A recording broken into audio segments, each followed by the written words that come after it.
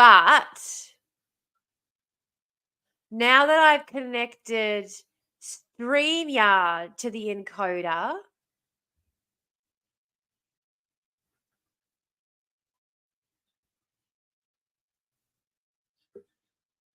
let's see. Let's see if that's going to connect YouTube, because there's literally a button there that says view this on YouTube that I can click, and it takes people to the YouTube.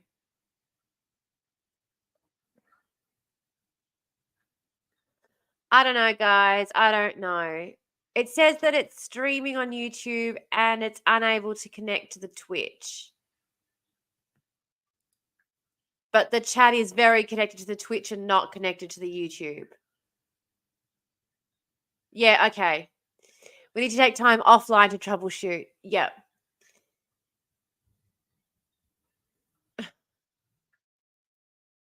I will. I'm going to see if I can type a message here. Does this work?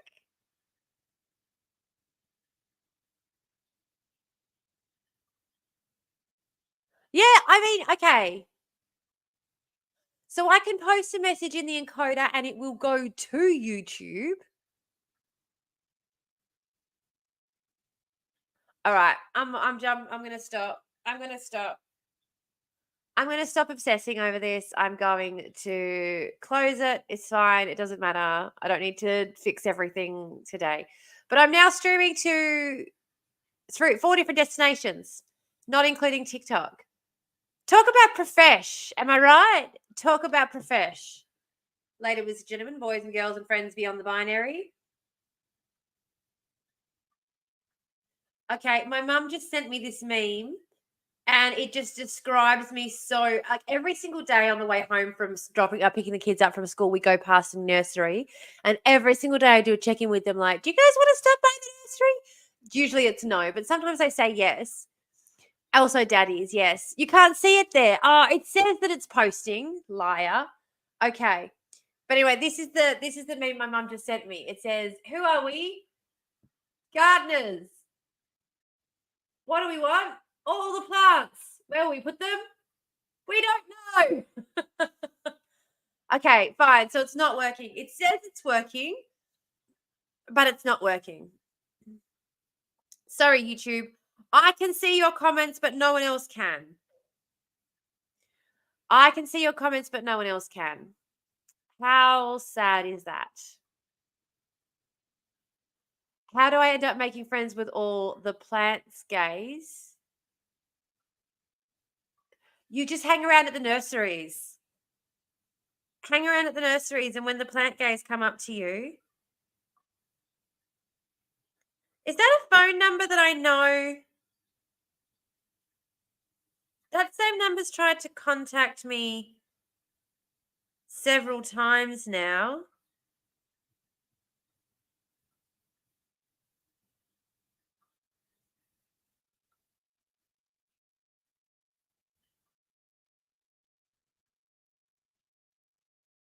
I've saved the number as do I know you because it keeps, I've got like 3 missed calls from them. And I feel like maybe at some point I should answer it just to see if I do know them.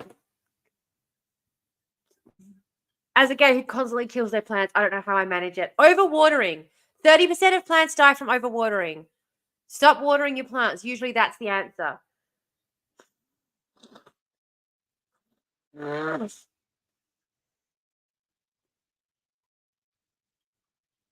Oh, you have plant gay friends. Oh. Oh. Yeah. No, I put my plants places I actively like right next to my mirror, next to my kettle, next to where I keep my supplies, my smoking supplies. Like I put my plants right next to places where I'm always going and getting things. One, so that I can see and enjoy my plants, but 2, so that I remember to water them.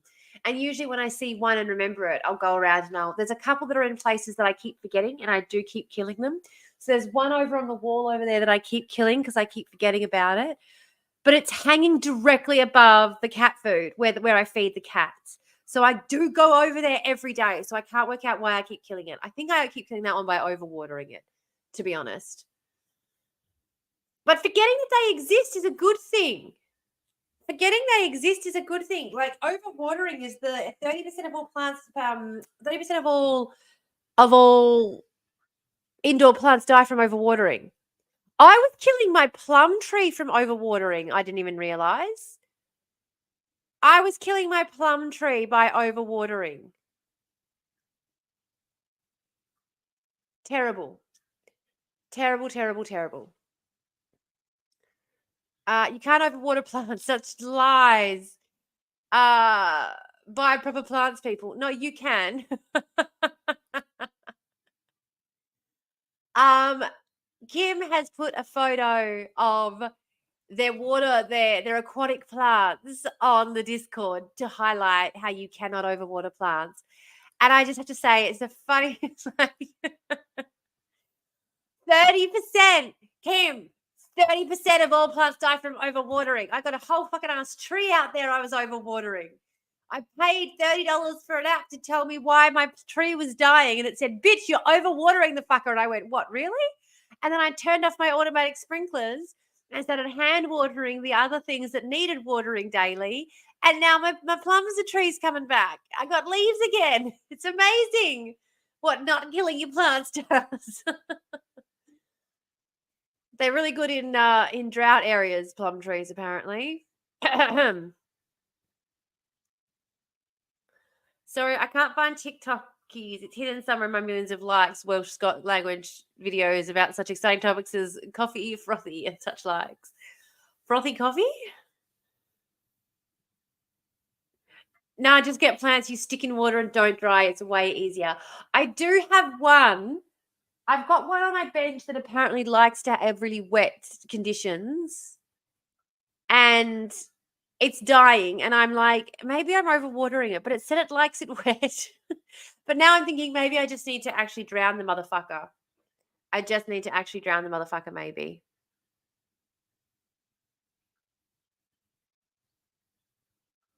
Oh, really? You didn't know the word retic until you got here? Yeah, it's really funny. When I bought this house, there was so many. There was another girl who was interested in this house, and she was a young girl, early 20s, looking to buy her first home. And she kept pointing out all the issues with this house, like the tiles are falling off of the walls. It's very dated. The decor is very dated. The tiles are very dated. Like it needs a lot of aesthetic work done to it. You know, there's cracks in the walls and things. The back deck needed to be completely redone. Like the boards had to be flipped and restained. It had to be sanded back and painted. The second and third bedroom are really small. So if you're someone who's looking to rent out and then get housemates, if you're someone who's looking to live in the house and then get housemates for the other rooms, you're going to have a hard time getting people who are fully grown adults who'd be willing to live in those tiny little bedrooms. They're definitely built for kids. Back when we built homes for the families who were living in them and not as, commercial properties, there was another property around the corner that was built as a commercial property, built as a tenancy that kind of had an extra bathroom. This only had one bathroom. That was also a semi-ensuite with the master. But this one had two bathrooms. The rooms were all larger size. It had, anyway, it was just it looked much more like all the houses that I've rented throughout my entire life, whereas this was very much more a family home feeling to it. And when she was at the home open, she said, "Well, I'm not going to offer," like I heard her say, "I'm not going to offer any more than 400." And so I went straight in at asking, because I went, look, she's getting other offers that are lowballing her, and I go straight in at asking. I'm not going to have the same problem I had the last two times I bought a house where I got outbid, because the last two times I bought a house, I went in at asking and I was outbid. So I was already feeling nervous. But then I was like, well, this girl doesn't appreciate, and I think it is the fact that people don't appreciate how much extra these things cost. So I've spoken about all the problems with the house. Okay, it has shutters, electric shutters all along the front of the house. It's got a full veranda all across the back of the house, so the house stays remarkably cool. It has fully ducted heating and cooling systems. It's got full insulation throughout the property. It's up on a hill, so I can open the front and back door, and we get a lovely cool breeze in the evenings coming through. Like, the house is built to be heating and cooling. Like I'd never need to use the heating and cooling system in this house. A couple of times my kid will ask me to, and I'm just like, no, what's the problem? Either put on a jumper or open a door. Like there is absolutely no reason to need the heating system in this house. Yeah, it's built, and it's because of things like the shutters. Like I leave the shutters down in my kids' bedrooms until they get home from school. So their rooms stay cool all day. There is no, because the sun's on that side of the house, there's no heat coming into the house from that side of the house. So then in the afternoons, I open the blinds to get light in the bedroom so they can play in there. And they've got a lovely cool room to go and play in. It warms up for the evening time, just a little bit, enough for it to be nice and warm for night. Same with the master bedroom, same thing. It's just, and it doesn't have things like, it doesn't have a back fence. Okay, great. Like I don't fucking care. I don't need a back fence. I got cats. They get out anyway. It doesn't matter if I have a fully enclosed property. Like my cats, I have a cat run and my cat still fucking escapes. Not the other two, not my little boy and my little girl.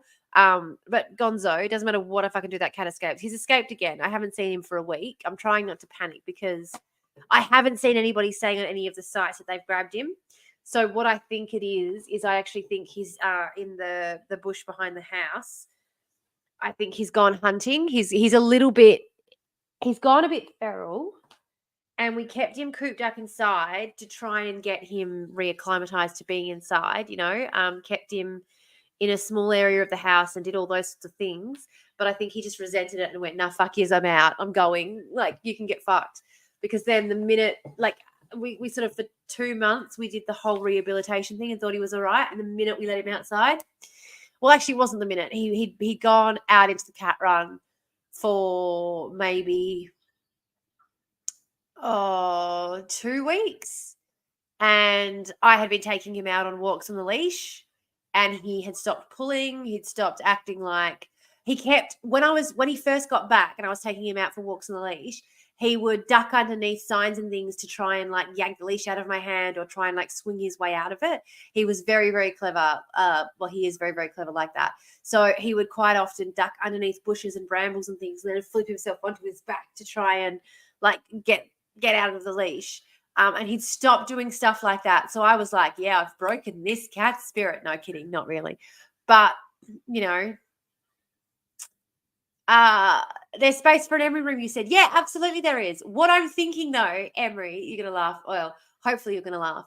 I'm going to actually put some stairs in, because there's no stairs in my house, not at all. From the front door to the back, there's no steps or stairs at all in my entire house.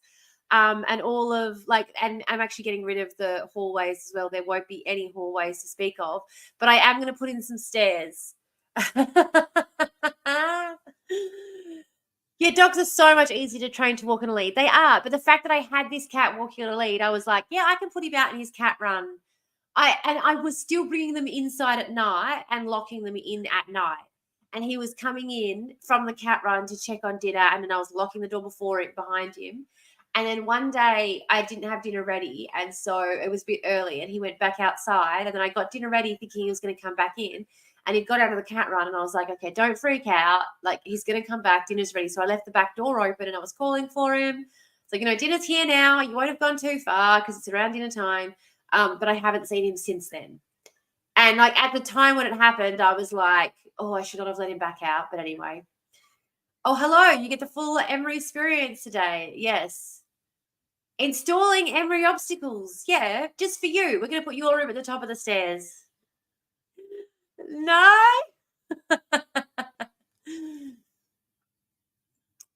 Yeah. Oh, sorry. That's what I was talking about. I was talking about fucking retake. So that is one of the things that they didn't realize was things like having the blinds in, having the reverse cycle air conditioning, having the back deck, reticulation throughout the entire garden wasn't even mentioned. It's electric water heater, like no gas water heater. We don't have gas mains out here. It's only bottled gas. So having an electric water meter is like, oh, cha-ching, yes, please. It's also, it is storage, but it's a large storage unit, which when you're trying to save money, you've got kids, like, again, cha-ching, like I can turn it off overnight. So when I go to bed, I turn the water heater off and I don't turn it on until about lunchtime. Saves power. It's so good. And also it uses the wind. I live in a very windy area, and it uses the wind because I'm on top of a hill. It uses the wind to heat the water. So even when it's turned off, if the wind's blowing, it'll still be heating the water in there, which is really cool as well. But all these little bonuses and things that people just don't recognize, like someone built this home to live in it. Someone built this home to live in it, and so it's got all those little features and benefits that you put into a home when you're building it for your comfort versus you're cutting corners to build a home to rent out. But again, because of choices like the size of the bedroom is being made for kids versus for adults, it's not going to make a very good home for a first home buyer who wants to be able to rent out the other rooms to be able to make some money on the side. They're going to have to go for something that has been built for an investment. And that's the thing I think people don't get is like if you're looking, like people say this, you could have bought a home, you could have done this. Yeah, I could have done that, what that person's doing. Like if you have a focus on wealth accumulation, you can accumulate wealth, but that shouldn't be where anyone's focus is. This skin thing I've got as well is spreading. It's spreading. I've got a cortisone cream. I'm going to start putting it on, but I can feel it up here and here. It's very weird. Very, very weird. I've been streaming for 48 minutes. Okay, I've never heard of this water heating technology. What, really? Right, so why do we need to install Emery killers? We don't. We're not. But I am going to put in another bedroom with another bathroom. So we're going to have the downstairs bedroom with the bathroom for Emery. And then I'm going to go up and I'm going to have a sewing studio and a second bedroom with another bathroom up there for me. So, yeah.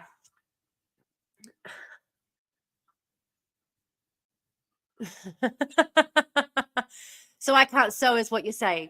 We'll install a chairlift so that you can come up there for sewing. The main reason I want to go up is because from on top of the roof, you can see the whole bay. So if I build a room up there, I get to wake up every morning and look overlooking the entire bay. So like we'll put a chairlift in, but I'm sorry, Em. I love you, but I need the view. I need the fucking view. And there is also nowhere downstairs to put the sewing studio. We can still have a sewing machine down here for you, but like all of the sewing. And the other thing is too is the library is going to be downstairs. So we have to have the library downstairs. Like what would you rather? The sewing studio downstairs or the library downstairs? What would you rather be able to just wake up and stroll into, wheel into, roll into? And the other thing is too is the library opens out onto the back deck, so you can come and get your book and then wheel out onto the back deck to sit in the lovely garden in the morning and read with your coffee.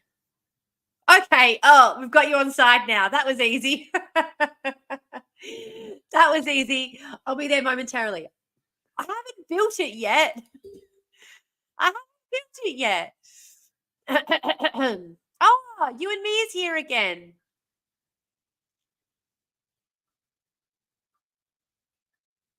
No, we actually do. We have a wind farm where I am, and no, they're not. They're fine. So it basically uses the same kind of technology. So the water heater on the top of it, there is a rotating fan, and it acts the same way as windmill technology. So it catches the wind as it passes through, and the rotating of that creates an electrical current, which like heats the water. But it doesn't like. The really good thing about it is it's really windy here at night. So I turn it off. The wind keeps it like it's already at temperature, right? We've all had our showers and stuff. We turn it off so that it's not using, any more power. But it's not, it's heating to try and get it to temperature using the wind. So that when you turn it back on, it's not at temperature yet, but it's already done a bit of that legwork. So you're saving power as well. And I know, like when I was younger, my grandma used to do stuff like turn the water heater off, and I used to think it was so bizarre. And now that I'm older, I'm just like, yeah, I know, it makes sense.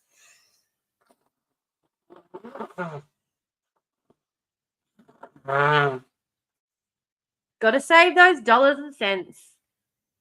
I'm going to start filling up my kettle in the morning, boiling it, and then filling up a thermos for throughout the day, so I'm not reboiling the kettle every time I need a coffee. Back to being hateful again. I'm not being hateful. How have you not built this already? Is already for me. I'm working on it. I'm sorting out the back. I'm sorting out the back deck at the moment. It's going to be great. Tell you what, in my property search, should I project this? This is maybe a dox. Dox or no doxing? Yeah, I know what you're referring to. A neighbor of my uncle had one and it was noisy and it gets a lot of noise complaints. No, it doesn't. You're so full of shit. No, it doesn't. It's not noisy and it doesn't get any noise complaints. It's right outside my bedroom window. Right outside my bedroom window. It doesn't make any noise. I think this person just absolutely gets off on coming around here and annoying the shit out of us. Ooh.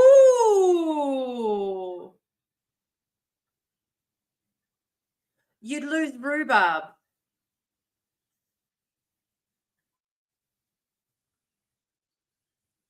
What do you mean by rhubarb?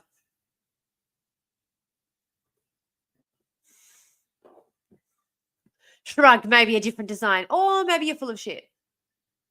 I don't know. I'm going to set up my other camera. So maybe I should. I'll set up the other camera to my phone so I can take you out there and show it to you because it's on right now.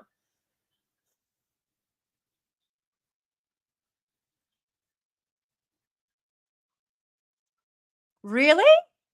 Oh, that's your key worker. Yeah, no, that would be very, very difficult.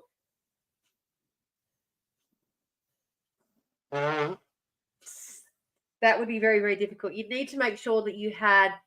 We do have, like, I know a couple of really good support people down here. I do know a couple of really good support people down here, and I know a couple of people who Peter's one of the support people down here. And I used to have her number. I know I could call Steve and get it though. Hello? I thought I heard someone cough then. Anyway, you're strangely antagonistic. Oh, strangely antagonistic, this person says, who's walked into my chat and been nothing but antagonistic. So strange that you'd respond to my antagonism with antagonism. What's that all about? What is that all about? I just can't figure it out.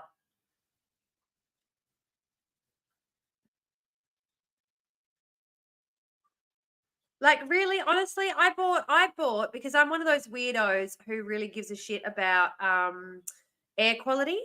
So it's gonna sound so strange to a lot of you, probably not Emery, but I went out and bought a bathroom fan because the bathroom was right next to my bedroom in the original layout of the house. So I went out and bought like this super duper amazing bye. I also lose my physio and hydro hookups. We do have physio and hydro down here. You'd have to like reconnect in with them, but we do have some services down here. It would be a matter of seeing if they had availability though. But maybe you should. I mean, I'm just saying you could always look into that if you wanted to. Just saying, no pressure, because the last thing I want is to peer pressure into moving down here, and then you don't have access to the things you need. Also, guys, I just want to quickly show you my logo that I have made. I'm still working out the sound thing as well. Sorry.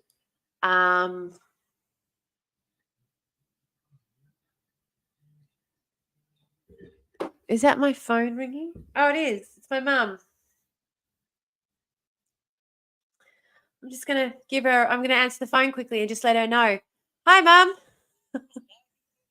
I'm talking to the world. I'm live right now.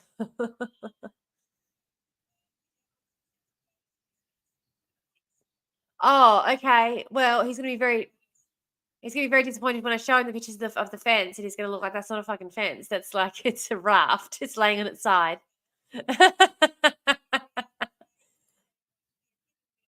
Yeah, right. I'll take some photos. Oh, the 6th. Okay. The 6th. The 5th.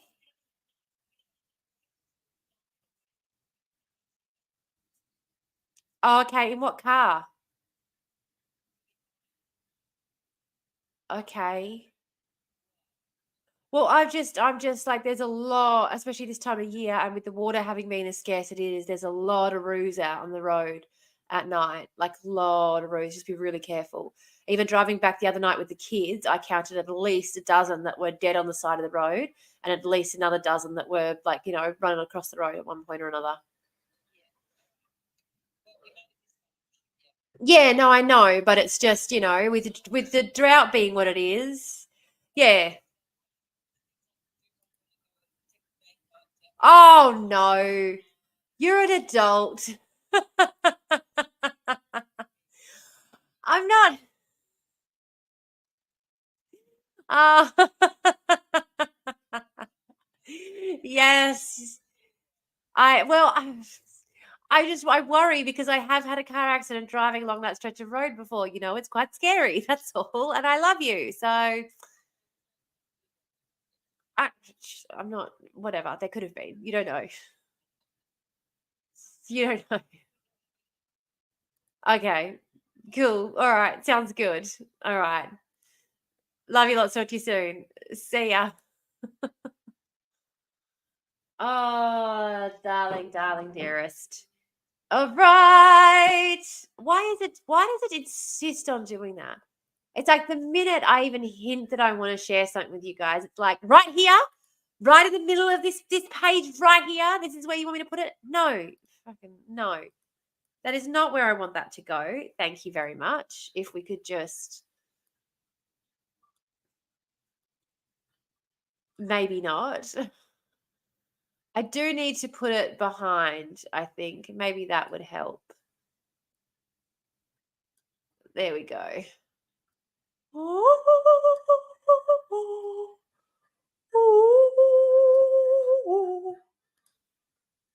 Why is it showing you that business too? Because I have not got that open. Like that is not open on the web page that I have got. Let me just here we go. There we go. Now it's letting me. What do you reckon? What do you reckon? Tell me what you think. Huh? Huh? Transparencies are great. I know, aren't they? I worked on those so hard. Oh, whoops, sorry. I've done a little bit overboard with the transparencies. You'll have to zoom in for the nearsighted. Ah, whoopsies. Ah. Is that not zooming in enough? Let me see if I can zoom in some more. Interact. There we go. How's that? How's that? That's the new logo. And if you are watching on YouTube, you'll see it down in the bottom corner, the bottom right-hand corner. Need your name much larger. But I feel like, I don't know. I feel like you don't necessarily need to be able to read a logo so much as recognize it. I don't know. The void is difficult for legibility. Yeah, okay, right. I did put the white background, the white outline around it, hoping that would help. I do think I need to turn down the saturation on the color. I mean, sure. I think I do need to turn down the saturation. Maybe I'll do that now.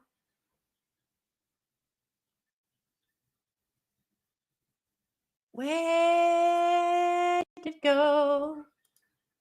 Here we go. Oh!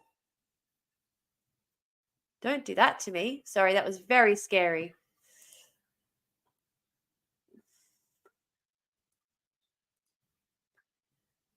I mean, that's like, yeah, that's huge. That's huge.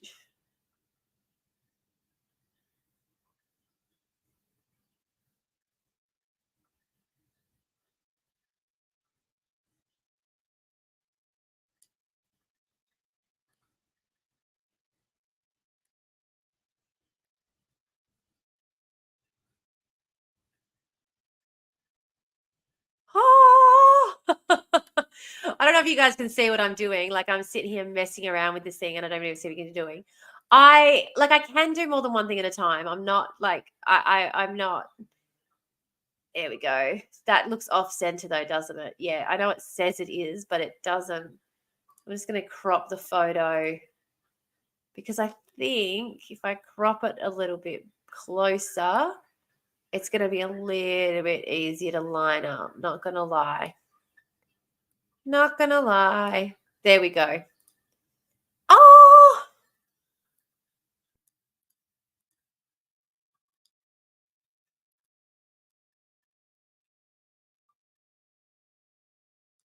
Yeah, okay.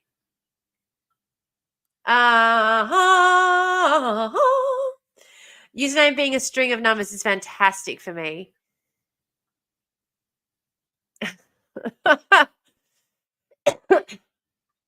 Oh, wait, are we doing that fake feedback thingy? It's perfect, no notes. Oh, that's good. Yeah, I've faded it a little bit. I've messed with the coloration a little bit.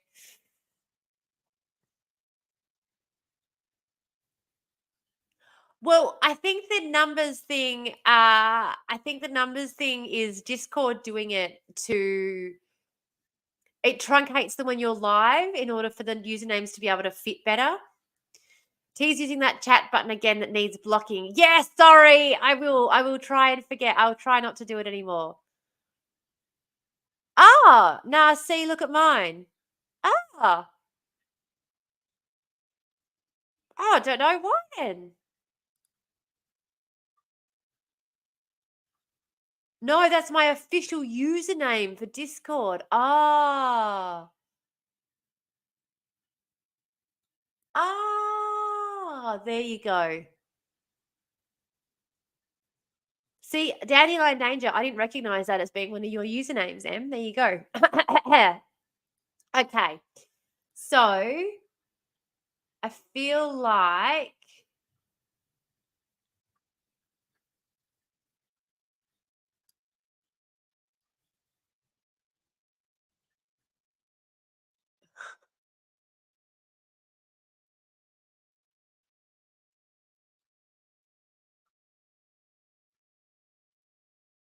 oh, come on. Far out. I'm so nitpicky with this shit, honestly. I use my there we go. There we go. Oh.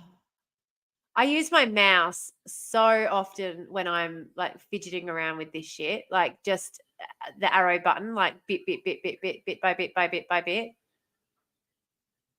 It's really annoying to watch me. I'm sure it's so annoying to watch me. I can't imagine anyone is enjoying this at all. Oh! Now I am going to actually up the line thickness on that one a bit. Maybe I'll change the color actually rather than upping the thickness. Maybe I'll change the color to something more.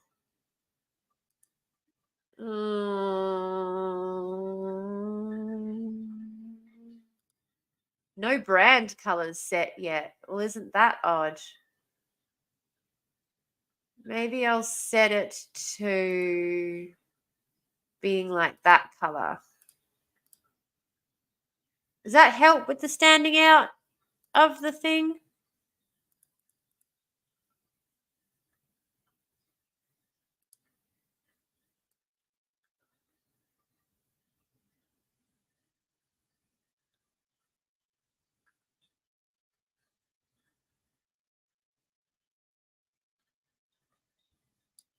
Ah.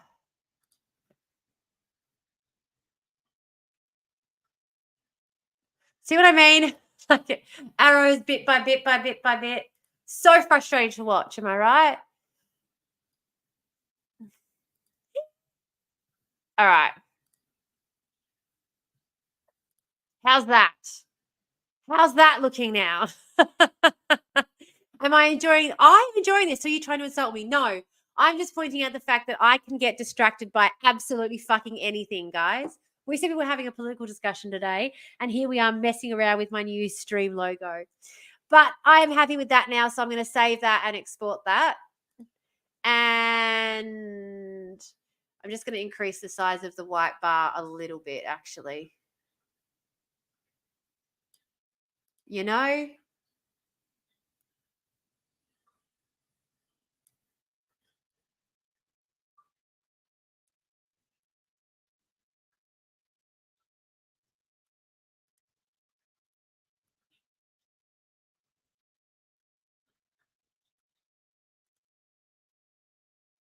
Okay. I feel like that's enough. I feel like that's enough now. I have commands for combating predictable negative self-talk. We love and support all our distracted voidists here. We'll be right back to a regularly scheduled topic of discussion whenever it happens. Embrace the chaos, embrace the void. Yes, because I am nothing if not predictable in my distractedness. I don't know how many. Actually, this is one of the things that uh that who was saying it to me the other day? Who was saying it to me the other day? That I might struggle to find any sort of common theme in any of my streams. But a highlight reel, Raymond, it was Raymond who was saying it to me. A highlight reel could be handy, like could be good. Okay, no worries. Uh,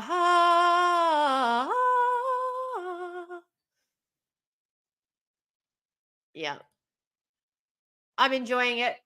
I'm enjoying it. I don't really care. There we go. All right. Can't type paintings today. Oh, what is the meaning of the circles in the circle painting? So uh this is one of the interesting things. I often don't realize when I'm doing stuff like this, I don't realize that people don't automatically recognize a lot of Indigenous artwork and the symbolism behind it. So a circle within a circle is a meeting place, like a watering hole. So yeah. So one of this particular watering hole was taken from a painting that was done by an artist showing like it's part of a songline process that was done. So it's one of 3 watering holes along a journey. And I truncated it out and borrowed it and edited it because I sort of felt like where it came from being one of the watering holes along this artist's journey, to also just sort of like, the void is a pit stop along the journey for us. And hopefully, who knows what we can create from it. But yeah, I'm pretty excited to see, Ah, yeah, fair enough. Fair enough. Oh, sorry. How many times we call for a French solution? Yeah, that one definitely. I think we should tally that one up just so that we know how bloodthirsty we are. Yeah. So, and that's the thing too. A lot of the Indigenous art that I use around my, uh, you know, even on like my what do you call it? Like the my backgrounds and my all that kind of stuff, a lot of the artwork around that is based on ideas of like talking circles, women gathering, like a meeting place, sharing stories. Like I'm always leaning into that sort of artwork around my aesthetic, I guess, because that's kind of what I'm always all about. I've always been all about that. Like I've always been a storyteller. It's one of the things that my family line were actually responsible for. And I know people like poo-poo this sort of stuff, but my mum, my grandma, like they've all been gifted with the knowing. I have a weaker version of it. Like I'm not as strong in the knowing as what my mum is.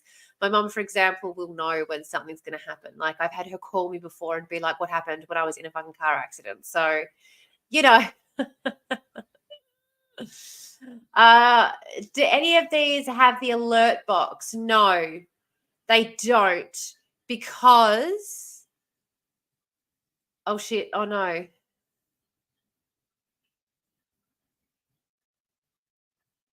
Yeah, so it's picturing, yeah, it's just showing the people gathered around usually for storytelling. That's a thing, eh? Yeah, the knowing. The knowing is a thing. Yes, the knowing absolutely is a thing. Um you know, just for funsies, why not? Here we go. Where are we?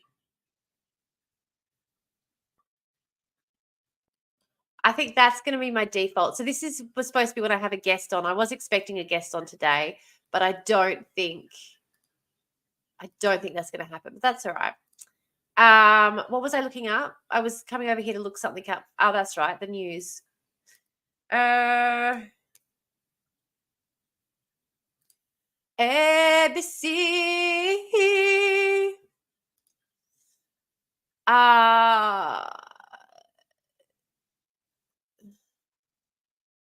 Vibes. Yeah, you could describe it as the knowing is a thing. Absolutely, the knowing is a thing. I've been in a car accident before where my mum's called me and like I've just had the car accident, my phone's rung. And I've been about to go and call my insurance company. My phone's ringing. It's my mum, and my mum's gone, "What's happened? What's up?" And I'm like, "Fuck! I don't want to have to tell you I just had a car accident in your car. Like, go away."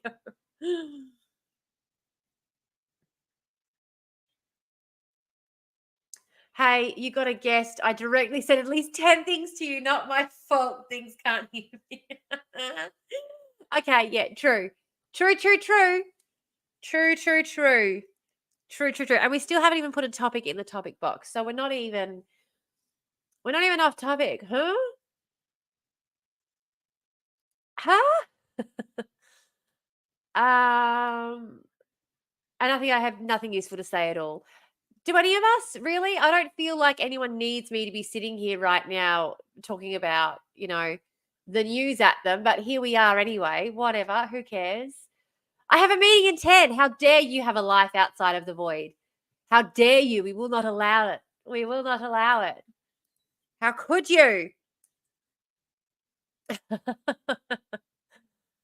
Now I have to just change my location.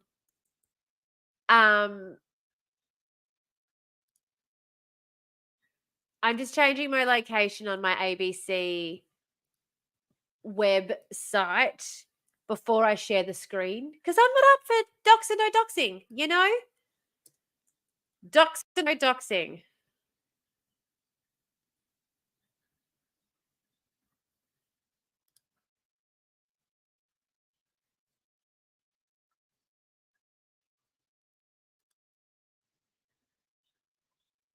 Woohoo!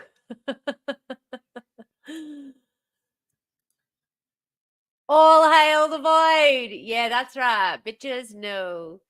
Bitches who know, no. I did put what are we? The federal minister annoying me, I'm sure. Yeah, there are many extra things to be said. Oh, absolutely. Hello. No worries, Juzzy. Appreciate you being here. We shall have to have a chat one day about disability supports at universities after I finish the program thing we're currently going through. Yeah, I would definitely like to talk about that because the amount of times that the elevator just wasn't working in the social sciences building at UWA, I swear there was an entire year where it just wasn't working. And no one seemed in a massive big rush to go and fucking get it fixed. I was like, are you kidding me? Like, we had disabled students on campus. I saw them all the fucking time. Cool fun pattern. I notice you skip over whenever I'm giving you positive feedback. Cool fun pattern. I have no idea what you're talking about. I don't have any obvious strange quirks about doing shit. Oh yeah, no, they never give a fuck. They never give a fuck. Do I like it when you tell me the news? Yes. Okay. Okay, fair enough. Well, I will tell you the news then. That's fine. I can do that. I've got kind of two screens going on at the moment. So I just have to minimize this one because it's way too fucking big. I can't see anything else. There we go. Now I can see the comments at least. Can't see me, but I can see the comments. It's all very systemic. Yeah. Oh, absolutely. The gaslighting. The gaslighting. I remember when I pointed out because I had the pram that I was pushing around because I had the kids with me. And I remember pointing that out and just saying to people, like, accessibility isn't just for wheelchair users. You don't know who's going to need it and at what point. And they were just like, well, we have plenty of, we have services and things to help people like wheelchair users who might need these services to help them with alternatives. And like the alternative was that I had to go to another building I had to go to another building and go up their elevator and then wind my way through a whole lot of like restricted access, no student access corridors through like teachers' lounges and shit to get to a walkway that would lead me to the building that I had my class in. And then I had to do the same thing to get down again 45 minutes later. It took like an extra 20 minutes to get to class. I kid you not. And you only get 15 minutes to get between your classes. Like, of course I was late to that bloody class. And when I explained to the teacher, he was like, well, you need to account for these things.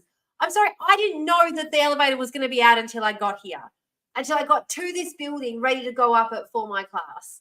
And I had the 2 kids in the pram, or I would have just carried the pram up and got the kids to walk up if the kids had been old enough that I would have felt comfortable. I mean, I don't really know if I would have been comfortable letting my son walk up by himself, and I couldn't have carried the pram up and carried my daughter up.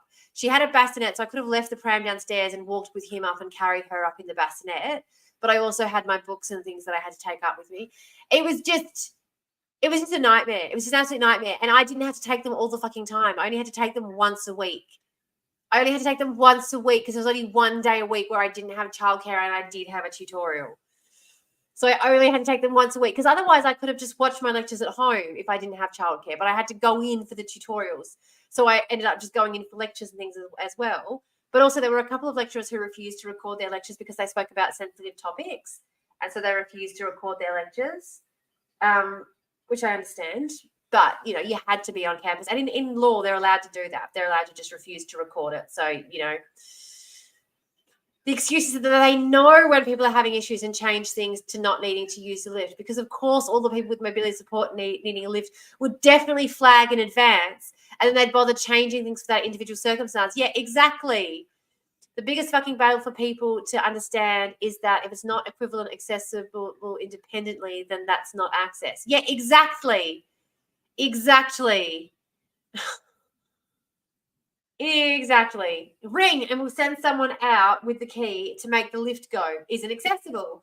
Just take this 1 kilometre detour to the ramp and back. Not accessible. Exactly. Yeah, this is all the stuff. Mine's all very different stuff for the TISMs. Yeah. Call us before your appointment and we'll know to put the ramp out for the front door when you go. Yeah, exactly. No, that isn't accessible. That isn't accessible. If there isn't a way for me to access this without having to, because the thing as well is you make it feel like I'm being difficult for just asking the most basic thing. Like you make it feel like these kids, I can't even tell you the number of times I'm sitting there with these kids in classes and they're sitting next to me doing their colouring and doing that. And I know that this is not the same as disability access at all. I'm not at all saying, but it's like these kids, I'm already struggling with all the other things that go along. And again, with disability, you're already struggling with all the other things that go along with trying to exist in this society with these 2 small children who I could get to sit there, curb cut effect. It's linked. Yeah. Don't make access into a thing. Yeah, exactly. And so I'm sitting with these kids who do not disrupt, who everyone is just amazed that they're there. They sit there the whole time, listening politely, doing their colouring in. They know not to interrupt me during lectures. They know to my well-behaved, amazing, amazing children who I'm so proud of. And then the whole time I'm sitting there being resentful because it took me an extra hour to get. And by the time I'd finished, I wasn't using a pram. Like by the time I finished, the kids were at kindergarten and they were walking around. Like I had them in the back of a trailer on my bike, and I'd ride up to where my class was, and we'd all get out and they'd get their stuff and I'd get mine, and they'd walk up by themselves and I'd walk up by myself. But, from when I started to when I finished, there was a big gap there. But people would say all the time, and it's like, people put all these barriers in place and then they're amazed at you for overcoming them. And I was like, okay, well, instead of writing a Lifetime movie about how I overcame all of these barriers to get my degree, maybe we could just create campuses that were accessible. And so it wasn't astonishing to you that I was able to navigate the space. Maybe rather than creating a system where my ability to navigate it is astounding to the point that Hollywood is knocking, maybe instead we just create spaces that are accessible so that it's just really ho-hum seeing people with wheelchairs accessing this space, and with children accessing these spaces, and people with other support needs. Like little things, like even just turning down the lights in a classroom because you don't need to have the lights up at 100 when someone's doing an exam. Like there's no need for the lights to be up that high. You know, in libraries, do you know what they do? They have individual lamps on the desks in the old school libraries so that you had individual light if you needed it. But and it was because the ceilings were too high. Like you can't light that kind of a space adequately with a main room light. But the point is we've already got solutions to a lot of the problems. Do you know what I mean? Like that's what I'm kind of trying to say here. We already have solutions to a lot of these problems that we look at and go, oh, this is an issue. Yeah, this is exactly why I refused the invite to give a speech at graduation for having been awarded a university medal for top GPA of the school. Yeah, thanks for hurling yourself into the void, Zed Whips. Thanks for joining. I'm supposed to remind people periodically, like, share, subscribe, all of those things. Yeah, it's like I top the school in spite of the access problems, and they want you to talk about how wonderful and exciting that is. Like the thing people don't get. So, like, I won an award, and people wanted me to come and talk about it because, you know, I won this award. I had to bring my kid along to every single because they were all after 6 p.m. as well. These classes. So I won an award for this what do I call it, mock trial class. I had, oh, my face is so itchy. Oh, I've introduced some kind of bacteria to my face. I can feel it. Yeah, the issue is that disability is an afterthought and not the forefront of the discussion, playing endless catch-ups. Yep. Which I think is one of the reasons why it's really funny to me when you are, like, I remember when I was in part of the congregation, when I was part of the cult, and they were designing a new Kingdom Hall. And I said, we need a ramp for the stage. And I didn't even expect them really to take it seriously, but they came back to me and they kept explaining why they couldn't put a ramp on the stage because of the restrictions around having ramps and what length the ramp has to be and all this other shit. I remember going, okay, rightio, like you're explaining to me why you can't have a ramp rather than trying to figure out, like, I'm sitting there going, okay, well, why don't we do this or why don't we do that? Or why don't we, rather than worrying about the ramp being like to disability guidelines, why don't we worry about the space being accessible? Like, I'm not saying that you have to get it signed off on or ticked off on or whatever, but like, how are we going to make this space accessible then? Like, rather than just like coming to me and being like, we're really sorry, we can't have a ramp to the platform, where at some point someone in a wheelchair is going to want to give a presentation. Or just someone who doesn't have the mobility to manage stairs, you know, someone who doesn't have the gait to manage stairs, especially as people get older, you know, hip rotation, hip flexation becomes a lot more difficult. Managing stairs becomes a lot more difficult. It's one of the reasons why slips and falls are so troubling for old people. Yep, true. I am daddy after all. Yep, steps to the stage.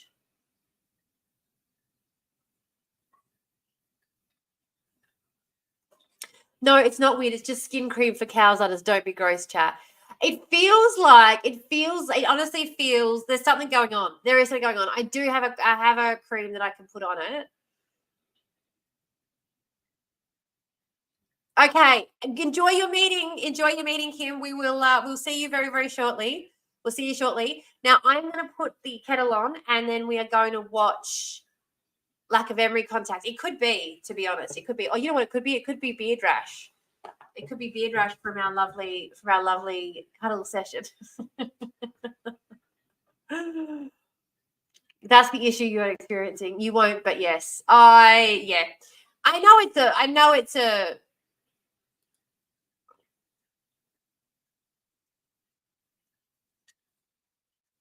oh, far out. Why the Tortured Poets Department could spell. Oh, far out, guys. Yeah, all the making out we were doing. Yeah. Guys. So World War III has pretty much just erupted. Let's look at what Taylor Swift's doing instead.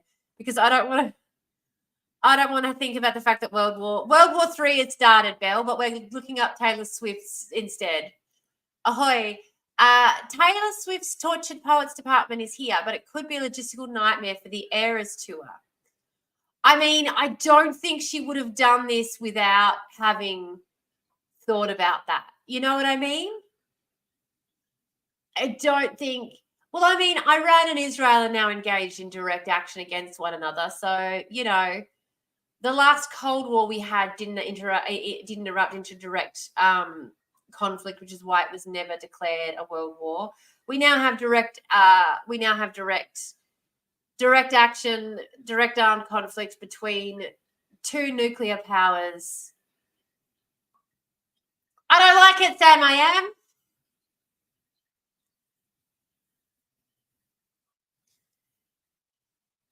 I mean, Japan joining AUKUS quietly. Yeah. Oh, sorry. Did you not know that, Belle? Yeah, Japan's joined AUKUS. We fucked over the French. The Japanese have jumped on board. China is getting nervous, obviously. Russia, Iran, and China are all on one little side. We are unfortunately in bed with the same dickheads that are in bed with Israel, which are committing mass genocide. Like, let's not forget that the last World War was fought on the back of a genocide. There's a genocide going on right now that's now erupted into, all out war. Sorry. Okay. So 12 p.m. So the Tortured Poets Department has just been released. Oh, no. Yeah, this afternoon in Australia. Yeah, so it's now been released. There you go. 16 songs, not including bonus vinyl tracks.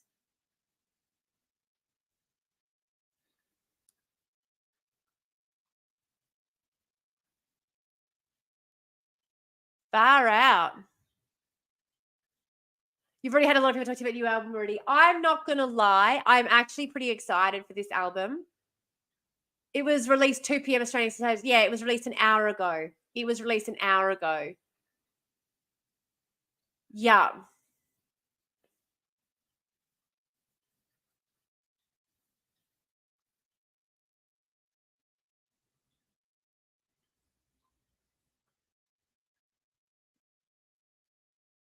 So 1, 2, 3, 4, 5, 6, 7, 8, 9.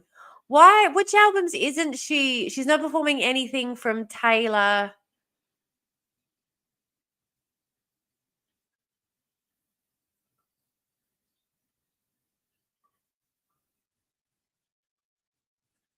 I do think she needs to lose a couple of songs from Folklore. You can't even hear Post Malone. No. Stop. Don't ruin my algo. Even talking about her will make her fucking pop on my FYP.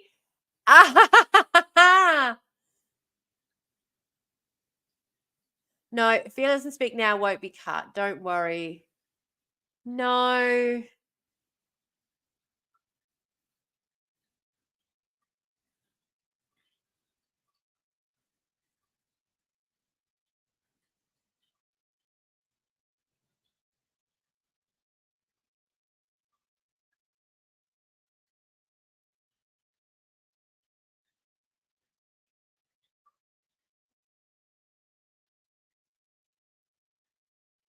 Far out. She is peak white feminism. Absolutely. She is peak white feminism.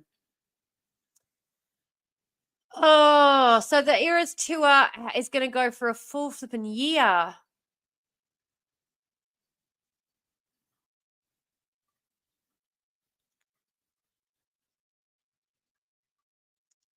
Yep, billionaire.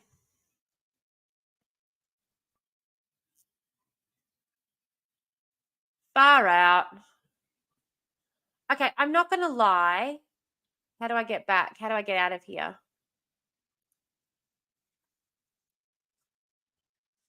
I am excited to listen to the album.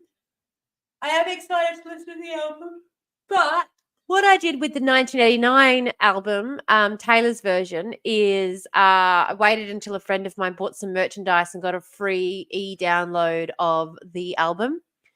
I'll just do the same thing with this one. Hey, new donation from None More Swift, please.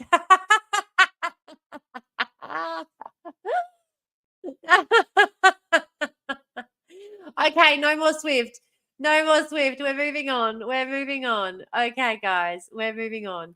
Why does this look like this? Why does this look like this? Accessibility. I don't like why this look like this.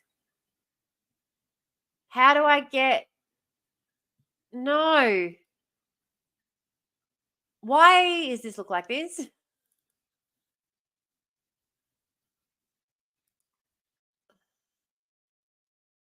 I know. It's very annoying. It's very annoying. All right, I'm not talking about Taylor Swift anymore. Relax. It's okay. It's okay. You can relax, computer. We're not going back there. She's freaking out too. Oh, also, hi. Yeah. Hi, Belle. What do you think of the layout, Belle? I didn't ask when you came in. I didn't ask when you came in what you thought of my lovely layout. And the fact that we now also have Pats,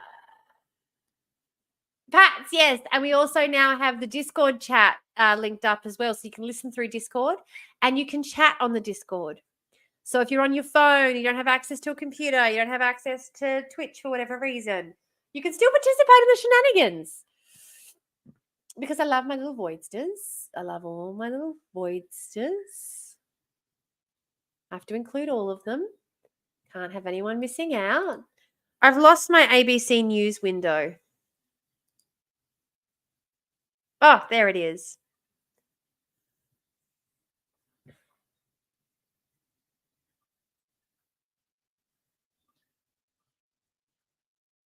Okay, Iranian air defense. I am logged in. It's like log in to comment. I am logged in. Stop telling me to log in. Okay.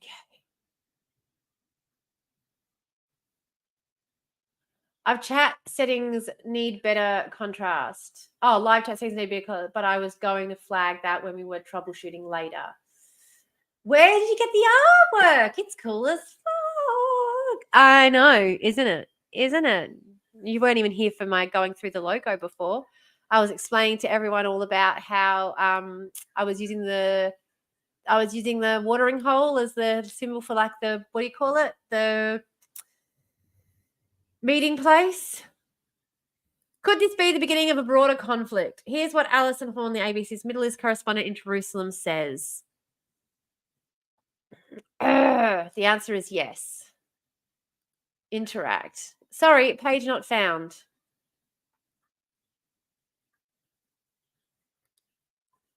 Yes, it is. Command C.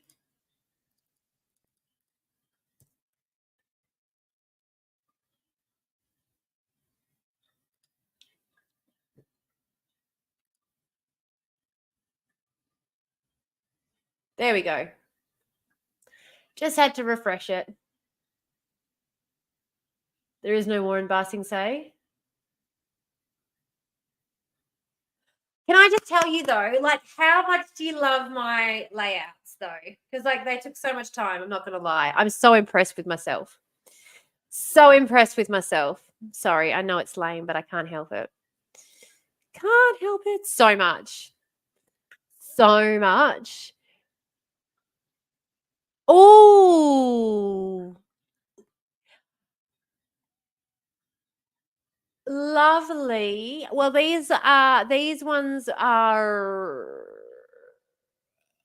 from an Indigenous artist who is linked in my on the where would it be linked? Where would the link show up? Would it be in it'll be on YouTube, I think. The link will be. Yay! Thank you. You know, it's what? It's amazing, is what I know. It's amazing. It's amazing and wonderful. It's amazing and incredible. Anywho, why is this background view?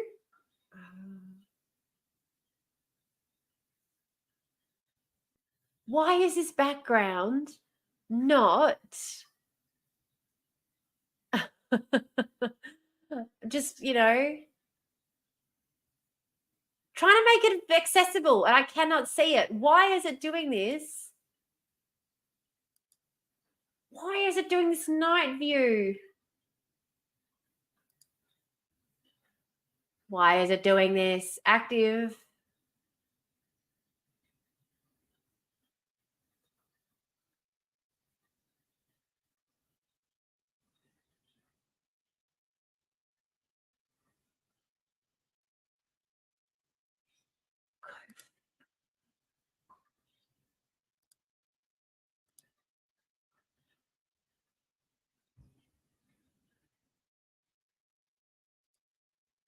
Have some patience with yourself. You're doing things for the first time live online. It's okay if you don't get it perfect or take time to figure it out.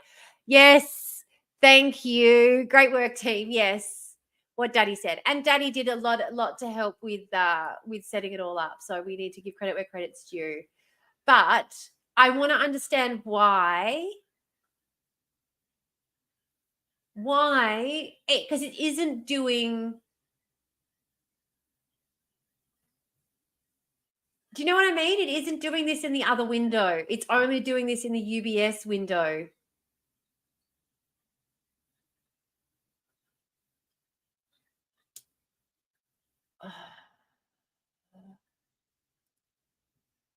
No. No, it's not what I want. Is it set to dark mode? Where would I find that? That's the thing that I don't understand. Like, what is it set to dark mode where?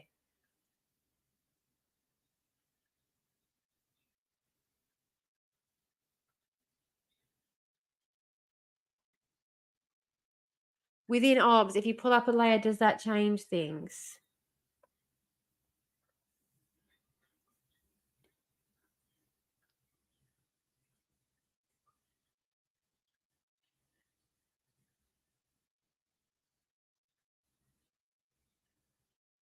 Um,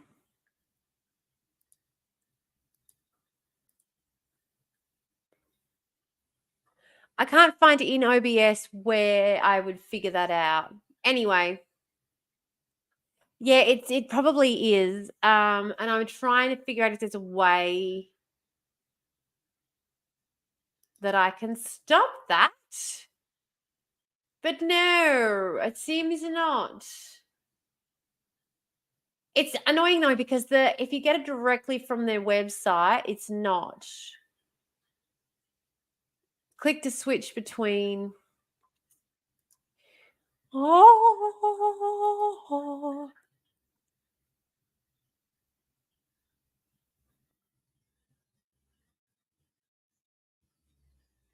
Put a white square behind. It's not see-through. Like that's the thing. It's not see-through. It's how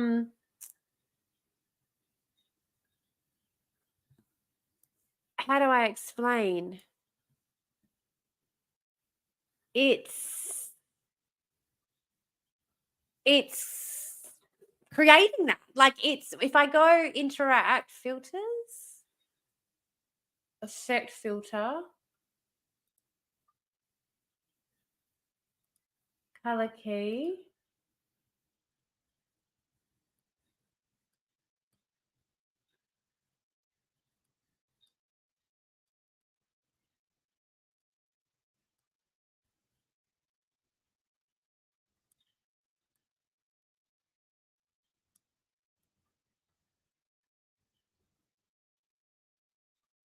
Okay, right now I've just turned up the brightness. I've turned the brightness so far up that you can read it. I don't know. That works. Yeah. So it's fully is rendering a black background and not a blank one. Yeah. Yeah, on the window, on the browser when I open it up, it's actually a black background on a black background. Yeah. Anyway, so Iran has fired anti-aircraft missiles and suspended and diverted commercial flights amid reports of an Israel missile strike near the city of Isfahan. Now, this follows last year. Hey, we figured a solve for now. Exactly. We'll figure out something better, more long term next time. A couple of days ago, of course. Sorry, 4 days ago, 3 days ago. 3 days ago now, Iran had fired missiles at Israel, which were all 99% of which was prevented by the Iron Dome. Iran had stated that this was simply a warning shot to tell Israel to back the F down because they had been escalating tensions. That is according to Iran's sources. Now, I have a lot of trouble whenever it comes to any kind of conflict in the Middle East or any kind of Eastern European or like East Asian, West Asian conflict. We get this very whitewashed view of it that comes through the media, and particularly when it comes to anything to do with Israel, because of course the US has a vested interest in ensuring that Israel does its thing and continues to do its thing, even though its thing is genocide.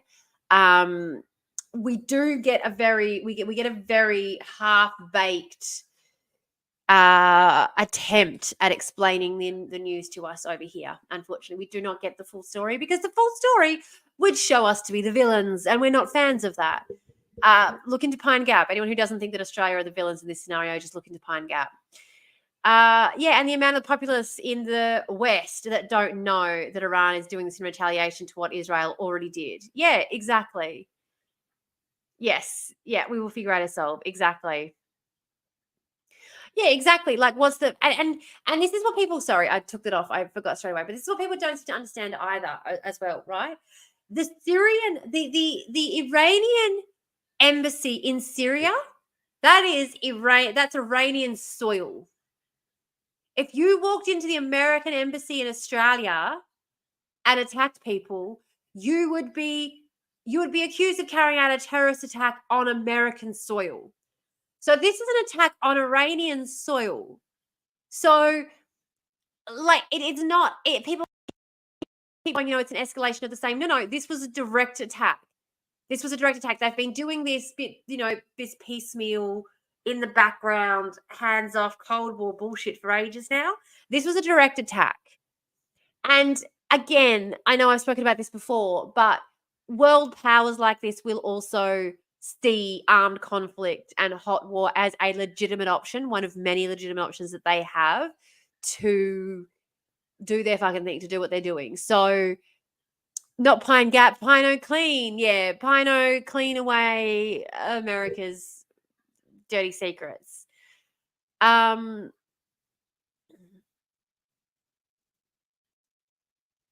project that that's a reasonable thing to do. And they do really think that it is a reasonable thing to do. Like, it's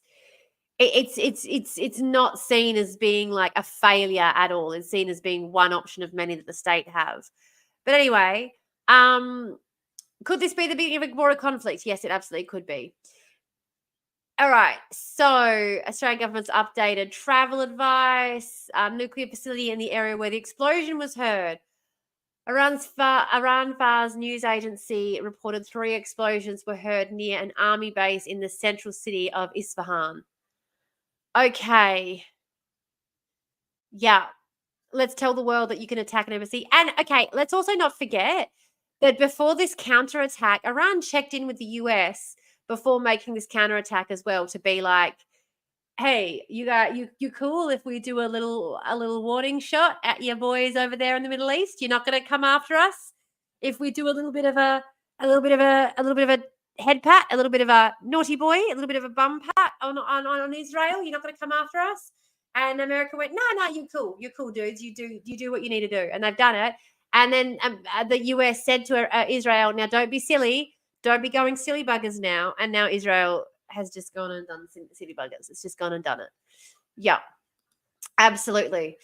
So as we covered earlier, Iranian state media has described all nuclear sites in the area as fully safe, but that doesn't mean that they have not been targeted in an attack. Yeah. So Natanz nuclear enrichment facility was the key facility in the area, which seems to have been targeted. But Dr. Davis, from speaking on this issue, has said that it's a harder and deeply buried target and was one of the core aspects of Iran's potential to acquire nuclear weapons. There's also a series of military bases nearby that sites as well. Okay. Dr. Davis said Israel could not afford to allow Iran to get nuclear weapons. Iran is already nuclear capable.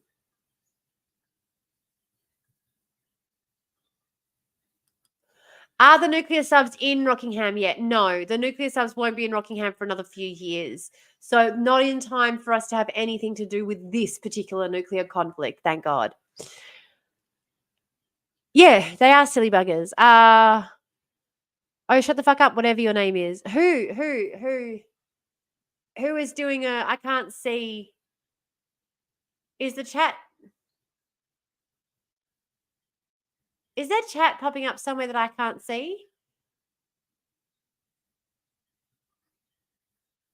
Oh, yeah, the one saying Israel had no choice but to fire back. Yeah, no, talking about the article. Yeah. Yeah, exactly. Exactly. Uh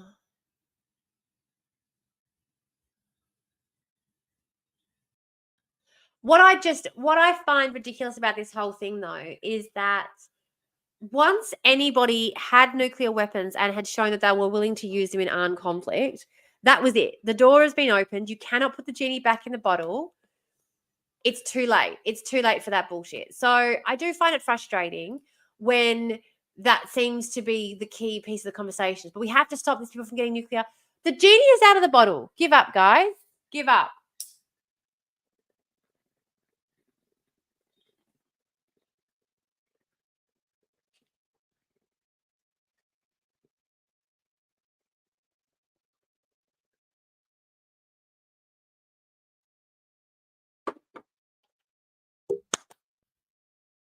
Okay. So, ABC's Middle East correspondent in Jerusalem. What a great place to be getting your information from, directly in the heart of propaganda territory. You never know what's going to happen in the Middle East, and that is little is still confirmed on this unfolding issue. They're limited to target drone strikes on military facilities in Iran. It is at the lesser end of the response that Israel could have exacted. Ugh. Why does a nose spite a face? It does. It doesn't. So I think the it's one of those weird things where it's kind of like you've learned the shorthand, you realize what people are trying to say, even though you don't understand the saying itself. So I don't really understand where this is why I often have to look up sayings to work out where they came from in order to be able to understand them. So I don't understand where this saying particularly came from, but the way I understand it is it's basically um like in order to try and hurt you, I'm going to end up hurting myself more, but I don't fucking care. I will cut off my nose to spite my face. Like I'll hurt myself and do something really awful to myself just to hurt you. Like, that's kind of how I take it to mean, but again, I don't know where it comes from. Researching now. There you go. Researching now. So we need to still see what the damage is in Iran and whether there have been any civil casualties, because that could change what Iran decides to do next. Last weekend, Iran launched a drone missile barrage against Israel, most of it intercepted by the Iron Dome defense system, which, again, is powered in large part thanks to Pine Gap. If anyone really wanted, this is what a lot of people don't understand either. If people really wanted to attack America and attack Iran and attack their nuclear capabilities and attack their armed capabilities, Pine Gap is where you do it. This is why I'm on a watch list, because once you know this shit, it's like, yeah, I don't have to go. If I actually wanted to do some real damage, that's what I'd do. I shouldn't be online talking about this. Shut. Who is cutting off a nose off of their own face out of spite? Right-wing conservatives. Yeah. It's an expression used to describe a needlessly self-destructive overreaction to a problem. Don't cut off your nose to spite your face is a warning against acting out of peak. Yeah. Peak? Is it peak? I always say peak, but I've heard it's actually supposed to be peaky, peak way. or against pursuing revenge in a way that would damage oneself more than the object of one's anger. Yeah,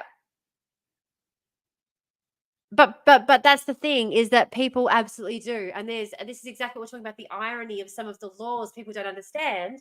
For example, the irony of pulling at the thread of, like, these landlords who want to get rid of the right of adverse possession. Oh, you're meaning in the literal. No, no. But, like, yeah, in the metaphorical, like, these landlords who will try and get rid of the law of adverse possession, and when they do, they'll find out that now we can challenge their right to own property at all. And it's like, yeah, you've overreacted to a situation that had a much simpler solution. You used a fucking blowtorch where a match would have done, and now you've burnt the whole fucking house down. Where is the literal self nose cutting happening? I think it's one of those things sometimes teenagers do. Like, I'll, I'll, I'll, you know, hurt myself, and then you'll be sorry that you didn't love me enough. I don't know, an overreaction that.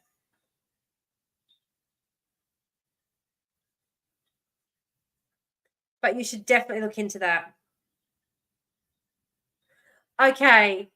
My mum just sent me another one, and it's like, I don't know who needs to hear this, but you're a great gardener. That plant really should have tried harder.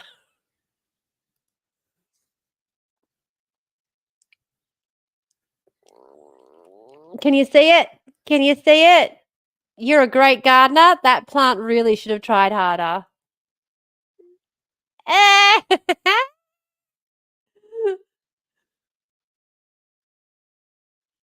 Oh, yeah.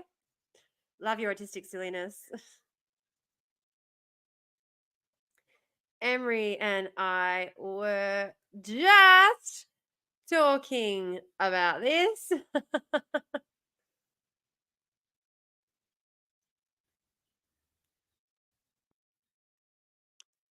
She's a funny one, is my mum.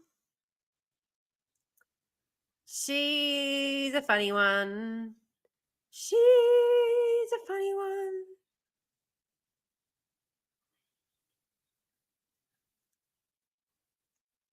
All right.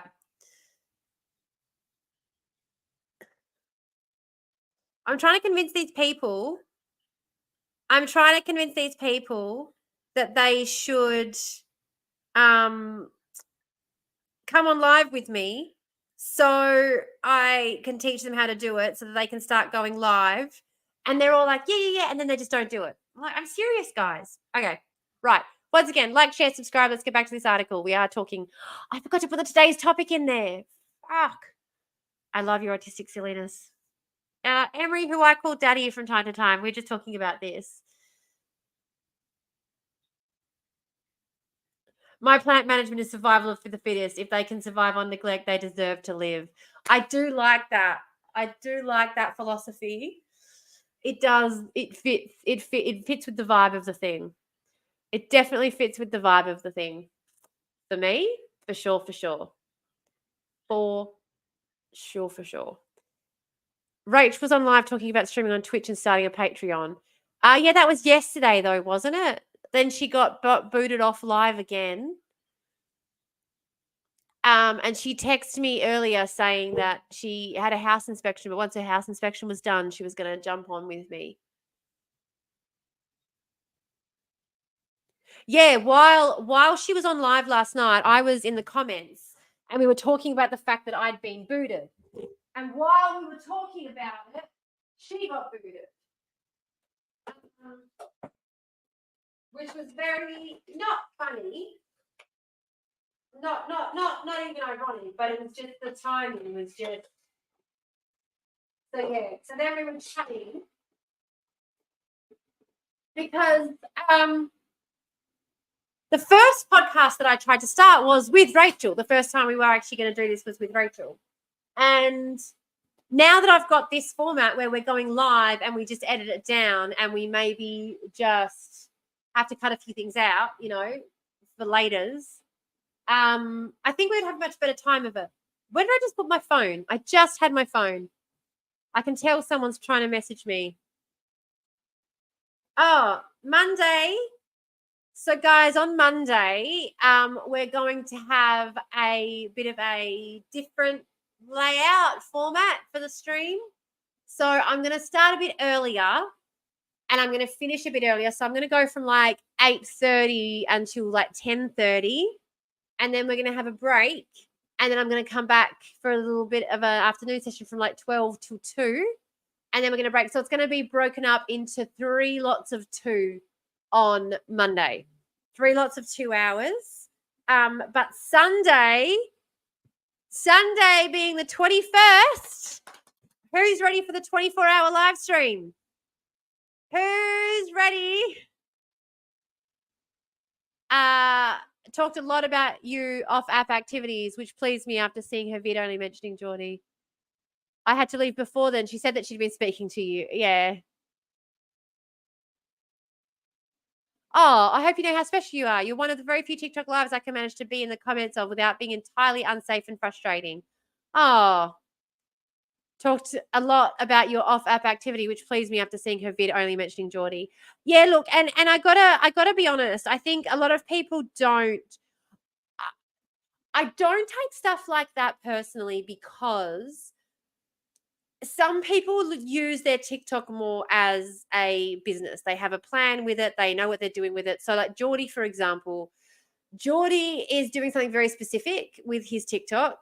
He doesn't reach out and do a whole lot of collabs. He's not out there. You know, he has reached out to me to do some stuff together, because we have very, very, like, our interests converge a lot.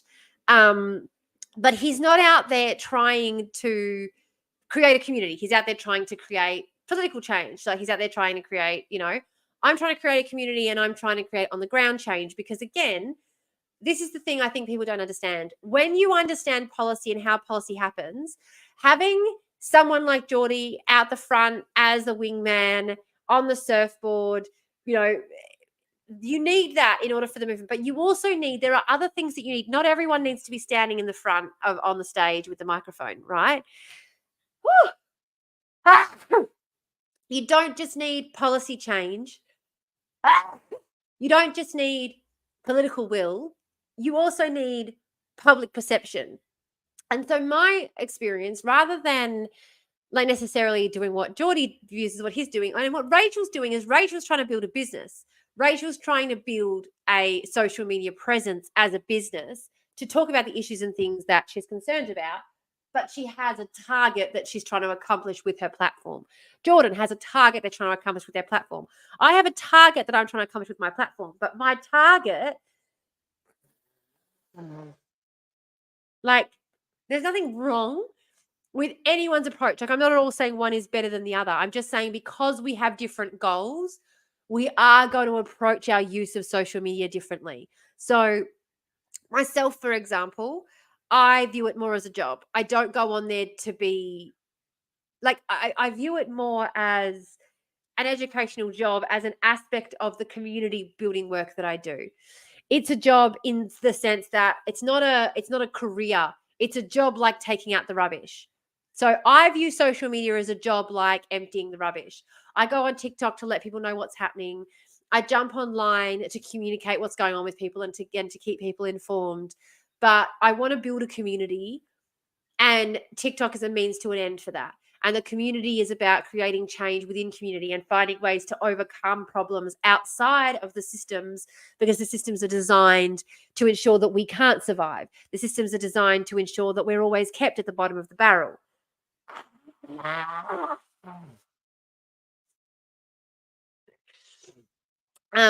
And so my goal is to create a community that can solve these issues outside of the function, the setup systems, the systems as they've been set up and established.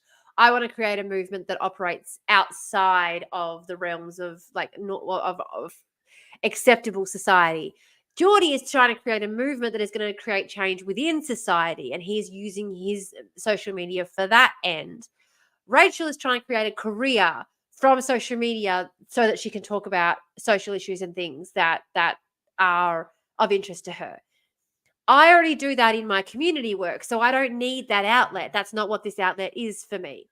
And so because of that, because she is approaching social media more as a career, she is going to she's not going to talk about how close she is with the woman who's advocating that we blow up behind Gap on videos that can be brought up in a court of law. You know what I mean? You know what I mean? Yeah, exactly. That's why there's the designated media person at rallies and protests. Yeah, absolutely. Absolutely. And I think, oh my gosh. Oh my gosh. Don't tell me I did. I bloody well did.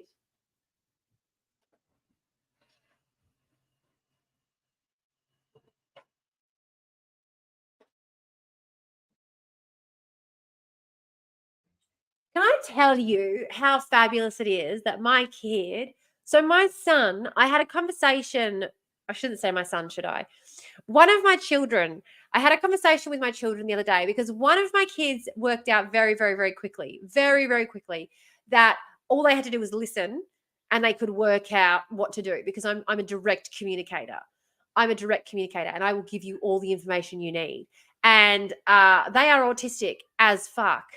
And so it works brilliantly. Like there's no behavioral problems with my very, very autistic child who also has ADHD, but is very, very autistic and is on the distracted side of ADHD.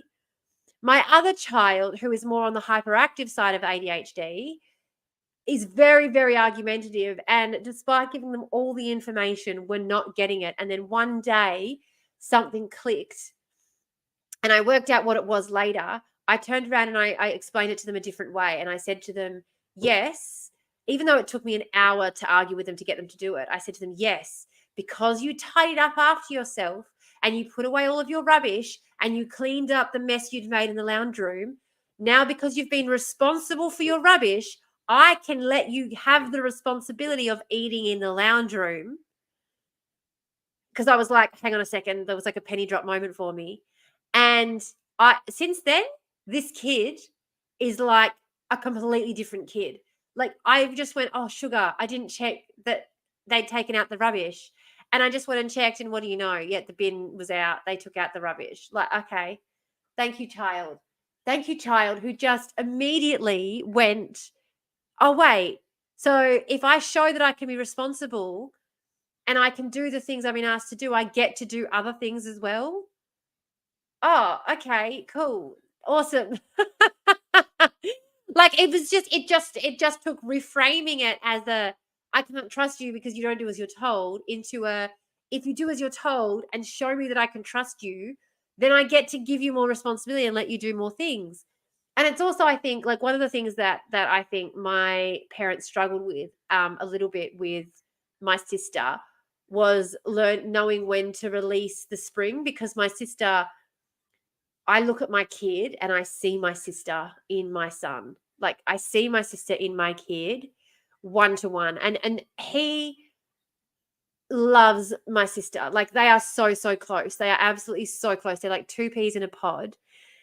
He always wants to see her when we go up to Perth. Like he's so excited. They love each other. They've got such a great relationship, but they are so alike. They are so alike. And I think one of the things my parents really struggled with raising my sister was letting go of that spring because she was so rebellious that they would sort of try and be like, no, you haven't shown that you can be responsible, so we can't give you responsibility. But the more they would do that, the more she would push against it. And I could see that being a problem with this particular child. And so this has been a problem. This has been, they're only 8, but this has been something that we've been working on for so fucking long. I connect those threads without you needing to say that specific shit online about radical behavior. Yeah, exactly. Yeah. Some kids I've found you need to reorder effect and cause in the explanation of things. Yeah, exactly. Exactly. And I think that was exactly what it is by reordering the explanation of the cause and by being like, this reward is a result of what you just did. It just, and I think this is the thing is you have to, as a parent, be constantly curious and constantly trying to work out who your kids are, not assuming you know who they are and assuming you know what they need, but constantly trying to work them out and constantly trying to figure out who they are and what they're trying to communicate to you, because they haven't learned how to communicate yet. And you haven't learned enough about them yet to know everything that they're thinking. And so you've got to constantly be trying to learn what it is that they're trying to say and what their behavior is trying to communicate to you. And it's hard when you've got a communication disability and you're dealing with 2 kids with communication disabilities. But yeah, exactly. But I do think, especially not presuming that children are functioning from a place of targeted based malice. Absolutely. My kids are never acting out of malice. It's always out of frustration. Kids bad behavior is always coming from a place of frustration. And I even think that, and I think this is one of the things that makes me good at my job, like not bragging, but I think this is one of the things that makes me good at my job in advocacy, because I never go into someone's home where, they've got a breach notice for hoarding.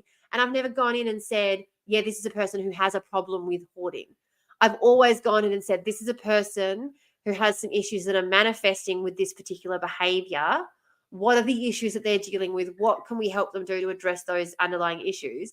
But it is really difficult when you are dealing with a system that, again, capitalism is so focused on being results-based.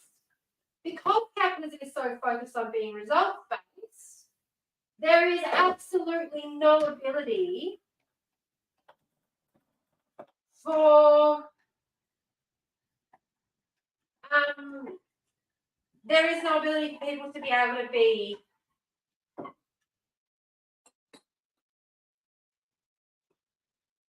like, you just don't have the freedom. You know what I mean? Do I know what I mean? That's the thing. Me being good with children usually comes from me demonstrating genuinely exuberant enthusiasm for engaging without them and being curious to learn what they are, who they are, and what they're doing. Yeah. Kids like being involved. You invent schemes. Yes. And kids just don't want to be ignored either. That's the other thing. Kids just don't want to be ignored. It's really not that hard. It's really not that hard to understand what your kid wants from you. They want your attention. They want to know that they're important. They want to know that they're valued. And the other thing I think a lot of parents don't get, which I always find funny, is with your kids, from the time they're very young, okay? Also, from the time your kids are very young, they are trying to figure you out as well. They are trying to figure out the world through you. So you are their measuring stick for the world. So they're trying to figure out, what does it look like when someone's interested in me? What kind of attitudes do they display? If you're like, yeah, whatever, like I'm busy all of the time, and then you tell them that you love them, then they will see disinterest as being a sign of love. Like, that's how kids make those connections in their brains. But also, what you pay attention to. So if your kids are constantly arguing and you're constantly only paying attention to them when they argue, they will argue more. If when they argue, you say to them, no, go take that outside, I don't want that anywhere near me. If you're going to go and argue, go do it somewhere else. And when they're playing nicely, you sit with them and you read, or you get involved and you make suggestions and you make up games, then that's going to be the kind of behavior that you see, because they recognize that that's going to be the kind of behavior that gets them attention from, because attention equals love to young kids' brains. That's how they stay alive. If you ignore them and don't give them attention, they starve. If you ignore them and don't give them attention, they don't get fed, they don't get cleaned, they don't get, safety, they don't get protected from the bad things, like wolves that might eat them or whatever. I'm talking again about our time on the savannah rather than our time living in the brick houses. But attention equals love for young kids. And whatever that attention looks like, it doesn't matter, because attention is what keeps them alive. So attention equals love. So if you show them that you are only going to pay attention to them when they exhibit certain behaviors, they will exhibit those kind of behaviors and they'll continue to exhibit them, which is always why, like, every Friday night we have family movie night. Every Friday night. I hate it. I do not enjoy it. My kids are going to see this when they're older and they're going to be like, what? Yeah, I hate family movie night. I always end up watching the same bullshit over and over and over again, because they cannot agree on a movie unless it's one that they have already seen 5 times each. So we always end up watching the same bullshit, and you have to sit there for the whole thing. And you're not even allowed, like, I try to sneakily be on my phone sometimes while watching a movie, but they get upset at me, so I can't even sneakily be on my phone. So I'm constantly always sitting there just being like, yeah. And so, I mean, I do my hand sewing while I'm sitting there watching the movie. I always say to them, I am watching. I um I am watching the movie. I'm just hand sewing at the same time. So I'm getting a lot of hand sewing done. But yeah, every Friday night we have family movie night, like rain, hail, or shine, regardless of what's happened, regardless if they're grounded, regardless if they've been told they're not allowed to have TV time. And it's me with both the kids and their dad who I'm separated from. And part of that is because I want them to understand that even though their dad and I can't stand being around each other, spending time together as a family is important no matter what it is that you're doing. So even though we can't have conversation because he makes me want to strangle him. I like honestly, I think I sit here and I think to myself, even today, I'm sitting here thinking to myself, it's not going to be that bad. I'm in a good mood. Like he's been great usually. Um, he's been really respecting my boundaries, da da da. But then I'm like, oh, except this morning when he just comes into the house at 7:30 to pick the kids up and starts getting annoyed at them because they're not ready for school yet, and makes all this noise and makes a huge big fuss, and then ends up having an argument with Malachi with my kid, and then I end up having to calm my kid down because, you know, anyway, what the fuck ever. Not I'm on a fucking tangent again. Um, and then I get all riled up, and then I see him, and then all I want to do is punch him in the face. You know? Anyone else feel like that about their ex? Like whenever you see them, you just want to punch them in their face. I feel like the tensions between Iran and Iran and Israel right now could be likened to the tensions between me and my ex. Like we're trying to avoid all out war because we know it's not going to be good for anyone, but also neither of us can stand each other. I don't have to see my ex, so no, I don't understand. Yeah, well, stop rubbing it in. Stop rubbing it in. But yeah, but trying to exhibit good behaviors for your children when you do not feel like exhibiting them is very difficult. And it's also very difficult to remember to pay attention to them when they're doing the things that you want them to keep doing. Because quite often when they're not, that's when you get time to when they're doing the good behaviors, that's when you finally get time to yourself. And you don't want to break out of that time just to go and like interrupt them and be like, you don't have to do it so well. But you know, you have to. You just have to, people. All right. I'm going to keep reading this now. Because, yeah, talking about Israel, the flies just know when you've got something in your hand, don't they? Because I picked up this newspaper when I saw that fly buzzing around. I picked up this newspaper so I could whack it. Superfluous message just to add to your message load. Thank you, my dear. Thank you, my dear. But the minute I picked up this newspaper, and he's fucking nowhere to be seen, is he? The threat of escalation is high and it's real. So this is the threat of escalation between Iraq. I keep saying Iraq. Israel and Iran. Israel and Iran are at each other's throats.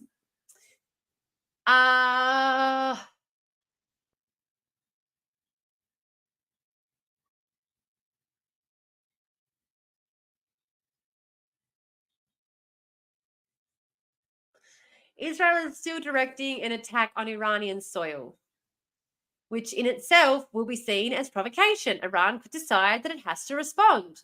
So the threat of escalation is high and it's real. So, yeah, it is real. We're talking about, you're very happy for this tangent. Yeah. Any tangents that aren't talking about the very, very real threat of world war are great, aren't they? It can also be seen by Iran as an expected response by Israel, one that didn't target civilians, therefore lessening Iran's appetite to prompt a wider regional conflict. Except that literally that is what we thought that Iran's response to Israel's attack on the consulate was, a measured response that would not result in further escalation. Do you know what I mean? Of course you know what I mean. Oh, you did fully forget what you tangented from. Good, good, good. Why? What did I tangent from?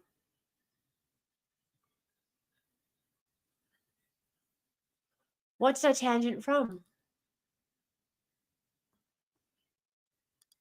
What did I tangent from? I'm going to go back and read the messages and see.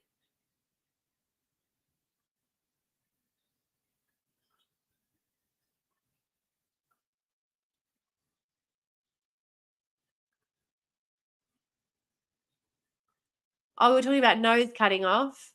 What before that? Before that, though, where did we tangent from? Oh, you Philly didn't put it in the chat. All right. Well, I'll stop trying to find it then. 23% of the goal has been reached. Ooh. I'm really disappointed that you can't all hear the dolphin going off whenever there's a donation, because new Ko-fi subscription. Oh, thank you. Generous viewers. Generous viewers. Oh, I appreciate you more than words. I do.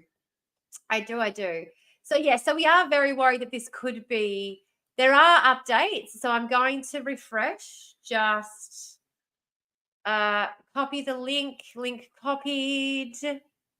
I feel like I need to go and jump on Ko-fi now and see who subscribed. Thank you for the new subscription. Appreciate you so much. Appreciate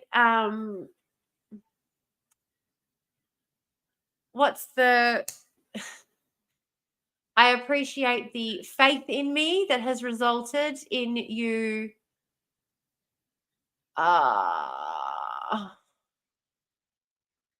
where are we?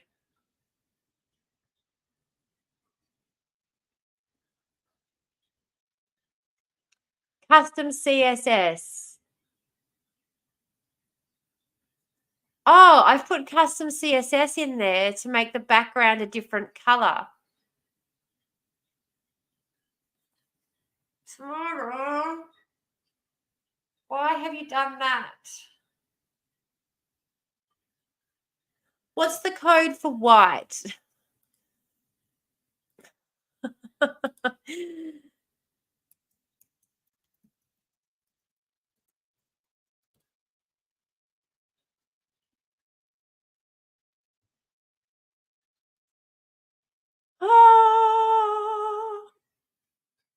Background color white. Let's see if I can fix this.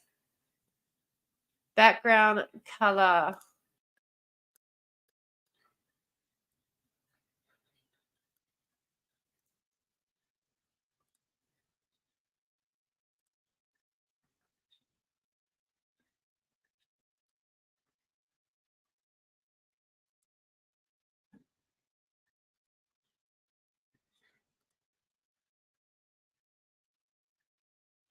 Well, that sort of worked, didn't it?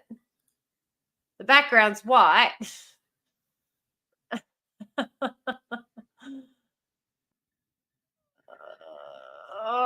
But the image that's being brought over from ABC is not. Anyway, live updates. Iran air defenses activated. That says it was posted 2 hours ago. Iran has fired anti-aircraft missiles and suspended and diverted commercial flights. We already knew that. Why did it say that it had 4 new updates? 3 minutes ago. All right. 3 minutes ago, there was...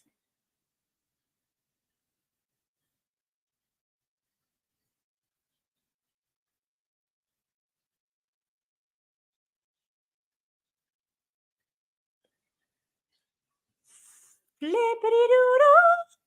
Is this a task for now, or can we do it later when troubleshooting? Where are you? And I am so sorry. Huh? Hey! New subscriber from A. Thank you. We're gonna get a webcam soon, guys. Like, share, subscribe. Oh, you were singing. All of those things. Okay, so I'm gonna refresh this page. Let's refresh the cache. Refresh the cache. You said, where are you? Oh. Where are you? And I am so sorry. Oh, it's done it. It's made the background white. It's made the background freaking white. All right, let's just turn off that color correction key now. Fixed it. And yes, Emery, I know it wasn't necessary that we do this right now, but I did anyway. So, live updates. We've already had that one. Come on, refresh again, because there's been new updates.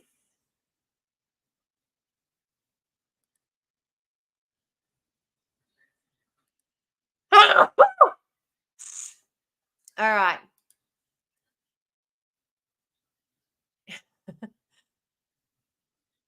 Good on me. I know it's lame, but I don't even sorry, that's a bad word. I'm not supposed to keep using that word.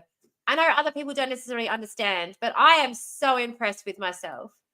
I keep using the naughty words. I shouldn't. Okay. So, an apparent Israel strike puts US President Joe Biden in a tricky spot. What a shock. What a shock. I know. I'm impressed with myself too. This is not what the White House wanted, according to Barbara Miller, the ABC's North American correspondent based in Washington, D.C. The US has been trying to dissuade its ally from retaliating for the Iranian weekend strikes. Now, as I said before, the US already got the heads up that this attack was happening.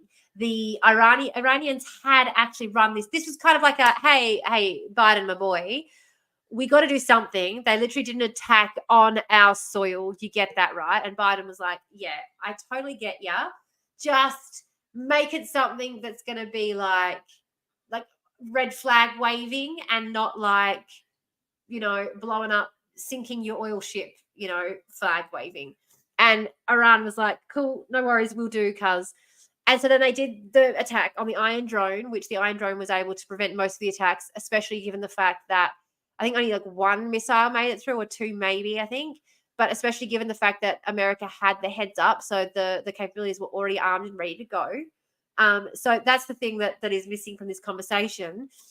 So for Israel to then turn around and go, we're just going to target this town where you're doing some nuclear stuff. No reason. Like, share, subscribe, guys, for more like witty commentary on international politics. It's all good. And like, to be fair, the US was absolutely hoping that Iran's little kickback was going to be the end of it, because any direct conflict between these two nuclear capable powers, because Iran does have nuclear capabilities, even though they're not necessarily armed nuclear capabilities, they do still have some, like, one of America's terrorist attacks they committed against Iran was putting a bug in their software, just putting it in Iran's, putting it in a computer in Iran somewhere, hoping that it would find its way into their nuclear facilities in order to try and push back their nuclear development. So they do have nuclear capabilities in Iran. They just haven't necessarily weaponized them as far as they've told us. So we are talking about two nuclear capable nations duking it out here in direct conflict with each other. We managed to avoid this throughout the Cold War with Russia and the US, but this is when we were teaching kids to hide under their desks. Refresh for one update. Shit. Okay. There's been no damage to Iran's nuclear sites. Excellent. So this is an international body that's now saying this. Continues to call for extreme restraint from everybody and reiterates that nuclear facilities should never be a target in military conflict. So this is what I mean. Like, Iran did a little boopsie doopsie smack on the bum, and Israel came back in with a missile strike on a nuclear facility. That's what's happened here. So yes, there is the very real threat and very real concern we are heading for all-out war. And I'm really not happy about the fact that we've just, like, again, we've got subs going in Rockingham, apparently. Not that they have yet, thank goodness. So, I hope if this happens now, Rockingham won't be a target. But Darwin, Darwin, they've got a reason to protect Darwin, which is, thank goodness for that. But anyway, the US has been trying to dissuade its ally from retaliating. The message from the illustration to Israel was, take the fucking win. Take the fucking win. With the help of its allies, it had repelled the vast majority of the Iranian drones and missiles. And let's not forget as well that Pine Gap is one of those reasons. Another point for moving closer to you, I guess. Abso-fucking-lutely it is. Missile strikes in fucking Rockingham, guys. Like, how much fun is that? And, like, again, because it is the most isolated capital city in the world, so it does make sense that if you are going to have a nuclear target that you want to have in the least populated area, the least risk to other major population centers, it does make sense strategically to put your hot target in somewhere like Rockingham, because like we don't produce a lot of food in Perth. You know what I mean? Like it's not like it's the food bowl. I mean, the wheat belt is kind of far enough away that you'd hope that it would survive. Most of the soil around there has been damaged from bovine herding and canola farming. It as a target, in terms of a target to let them wipe off the map, it makes sense. Yeah, Rockingham specifically is a bit of an oof because of demographics. Exactly, lower socioeconomic area. People grateful for the jobs aren't necessarily paying attention to what it means in a larger international policy framework sort of scale. Yeah, it's concerning. It is more than a little bit concerning. Anyway, so they're saying that no damage was caused, but it was Israel's plan to cause damage. You know? You know?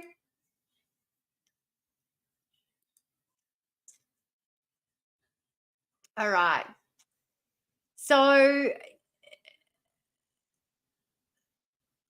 yeah, it's fun times. It's fun times right now. I do think I do honestly think that we are closer right now to, you know, and again, like we're just lucky that we don't have any reason for them to attack us at the moment. I do think there is a reason to be on alert though. Yeah.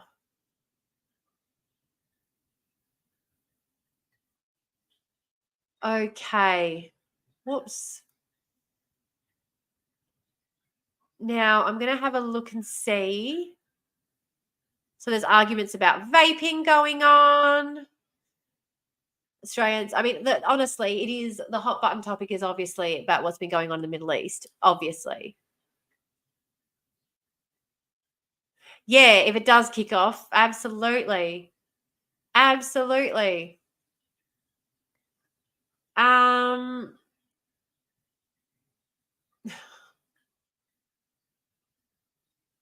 Far out. Rare black-footed ferret successfully cloned from frozen tissue samples. That's weird. This face thing is really bothering me, and I've got to stop it. I've got to stop it. Ah.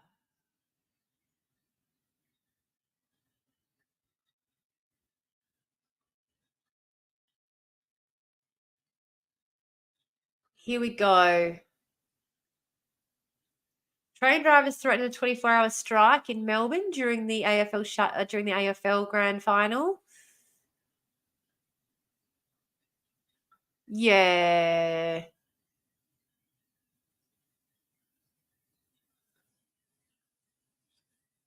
Absolutely. Absolutely. Now, I am trying to find, where is it?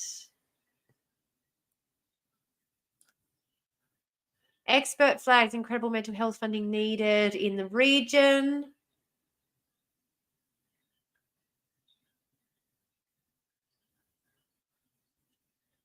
Oh.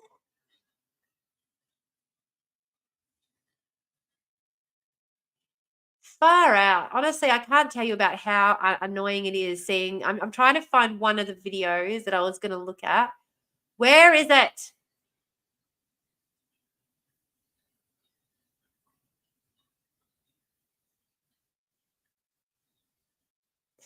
A whole expert needed to flag that, hey? Yeah, tell me about it. Queensland passes legislation to enshrine greenhouse emissions into law. Emission targets, sorry, into law. All right, here we go. Where are we? Where are we? News in 90 seconds. That's what I want to have a look at. There's a new WA gender bill. Emery show over here. Yeah. I'm just gonna add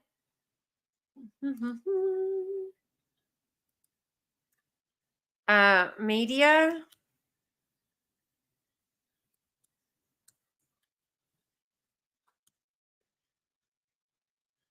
I'm literally just.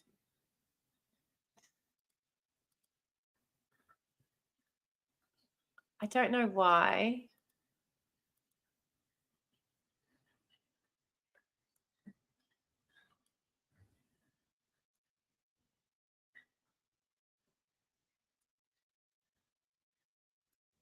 There we go. How's that?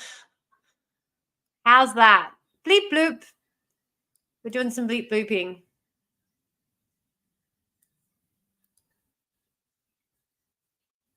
It says it's playing. It's not playing. I am still here. Of course I'm still here. Looking very flash. Yeah, but not doing anything though, is it? Not doing anything though. Let's see if I close that and instead I go present. Can I?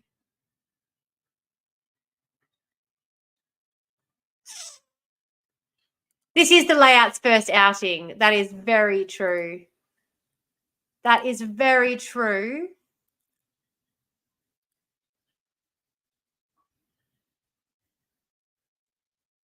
And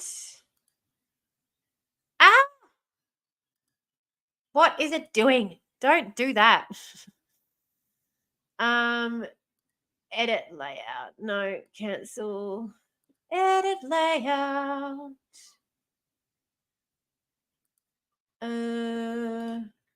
Yeah.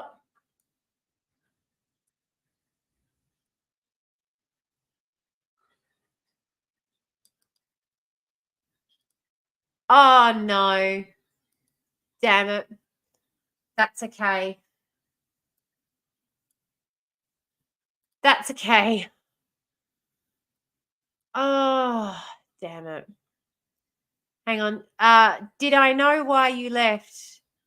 Yeah, Kim had an appointment, a meeting. Whoop. Look, the reason this is going to look a little bit different, guys, I am sorry. I do apologize, is because I remembered the sound is still not the best over there. So we're just going to, we're just going to do it this way. It's fine. Yeah.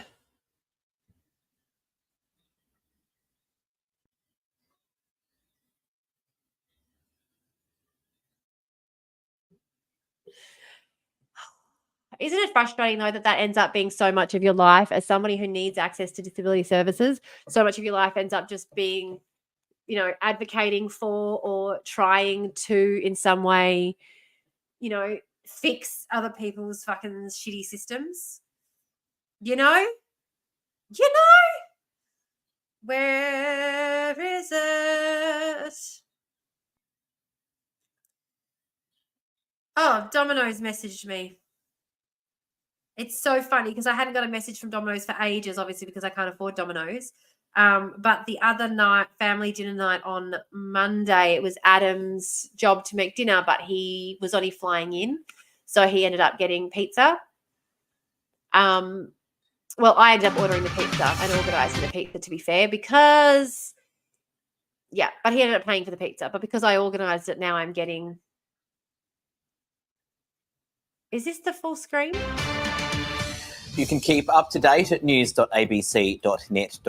and on ABC iView. Here are the top stories on ABC News. How fancy. Israel has launched an attack on Iran, according to US media. Yeah, Iran's Fars news agency says explosions were heard at the airport in the Iranian city of Isfahan, but the cause was not immediately known. Iranian officials have told news agency Reuters there was no missile attack on Iran, and that the explosion heard was a result of the activation of Iran's air defence system. Over the weekend, Iran launched hundreds... What is going on? Can you guys see?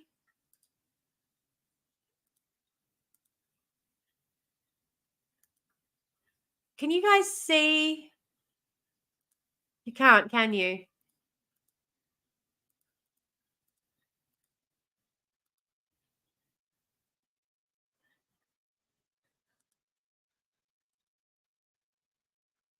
You can see a picture of Iran.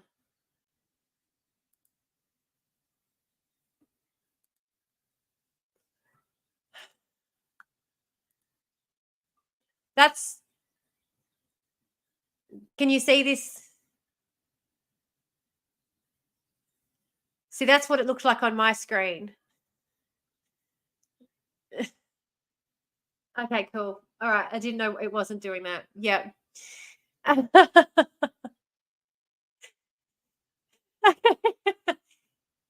No worries.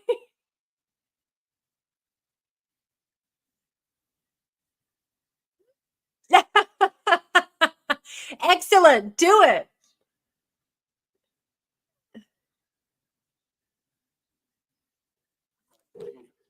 Disability support. Yeah. Try harder. Yeah. I love it. I'm loving them. I'm loving the passion. I'm trying to put the headphones on the mic so everyone else can hear you as well because I'm loving it. It's so good. Same. Same.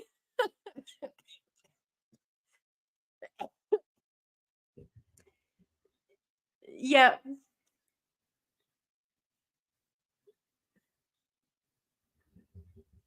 Yeah. Yeah.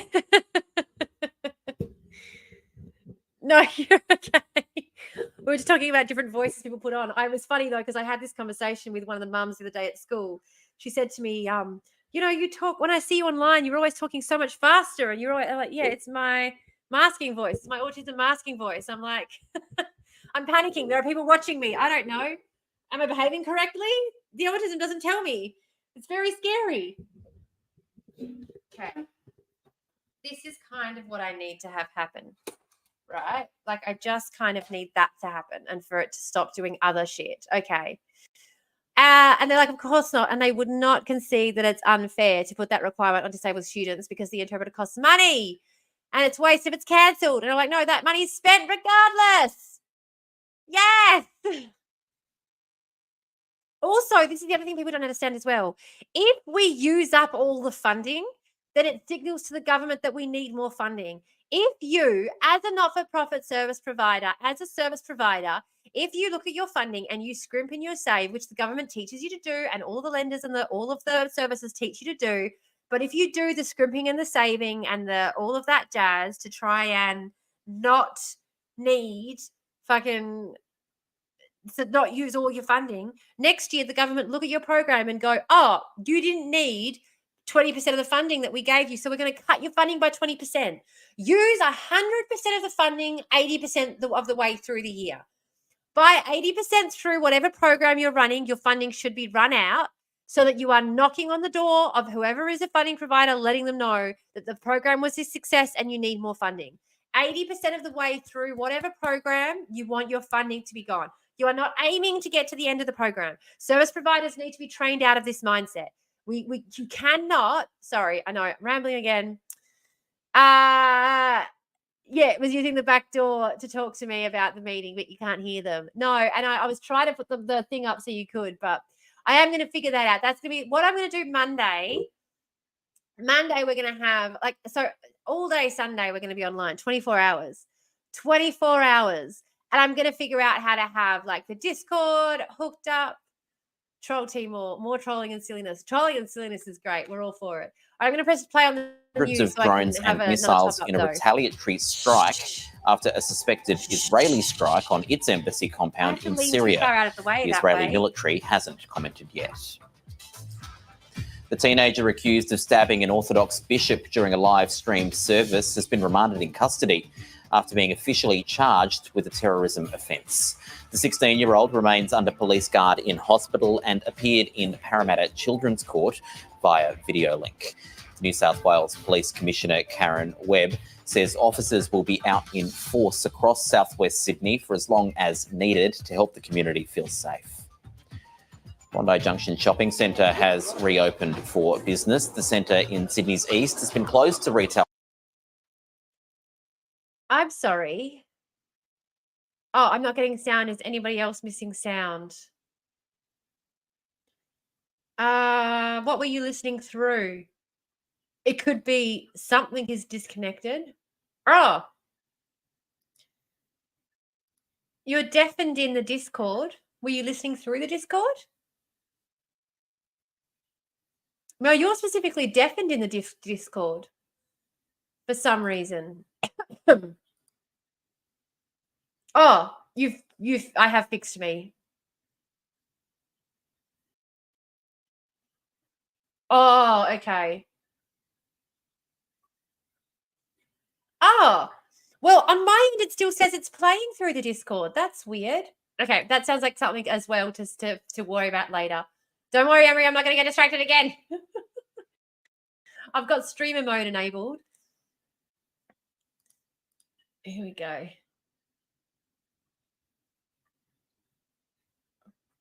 Oh, I know. Yeah. People are just so... No, but I'm sorry, but why do they just automatically assume having the police is going to make people feel safer? Do you know what I mean? Like, the police didn't do shit. I just don't... And I'm not expecting them to, but, like, having police patrolling the streets... It's my number one problem with policing. My number one problem with policing, like, if I could only choose one thing, if they said to me, there's only one thing you can do for your community to try and make it safer, it would be end patrolled policing. End patrol policing. If there was only one thing that I could do. I mean, other than housing for all. What I mean is specifically if they were like, okay, we're not going to let you dismantle the policing system altogether, but what is one, like, if you had one option for what you would like to do to change policing and make it better, what would it be? Yeah, then they went overkill when the kid attacked the priest. Yeah. I just armed policing, patrolled policing is not the answer. It is not the answer. To a rising sense of entitled misogyny, which is what has led to these terrorist attacks, to the response is not more police. Like, the response is to stop, like, we've got to stop pushing against things like having, racial equality taught in classrooms and gender equality taught in classrooms, and people going on about, trying to make men feel like shit about themselves. No, we're trying to teach men that the response to not getting sex is not to go out and stab people. Like, and yeah, not all men, but too many of them, when denied sex, go out and stab people. There are too many men. There is a non-zero amount of men in this world whose response to being denied sexual intercourse by the opposite sex is to go out and stab people. Like,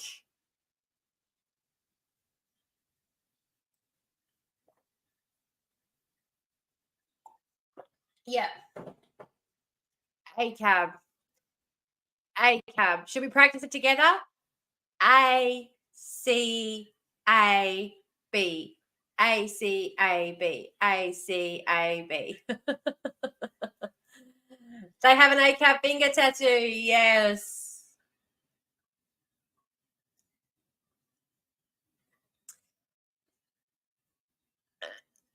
Oh, sign. Okay, well, you're going to have to show me that one on FaceTime at some other time. You're going to have to show me that one on FaceTime. Yeah. We might have to get you maybe in like a little limited class on the Discord, because you can show your camera on the Discord in the live stream room. We'll have to get you on there teaching us some signing at some point. At some point. No pressure, of course. This is news in 90 seconds and we still haven't watched it. Didn't manage to finish it in 90 seconds. I don't know who's on the Discord. Not all the peoples. No, but I mean, you could, I suppose. Yeah. Yeah, fair enough. Trade after Saturday's knife attack, where 6 people were fatally stabbed and others injured. I am not in any way, shape, or form. Like, we should have more social workers out in the community talking to people. We should have better access to mental health care. We should ensure that people impacted have access to services. Having more police patrolling the streets, like a very large portion of the population, do not feel safer having police walking around. Social workers are soft cops, but that is exactly why we should have more of those and less of the cops. Because the problem with the cops is that they have the force and the ability to go around and kill people.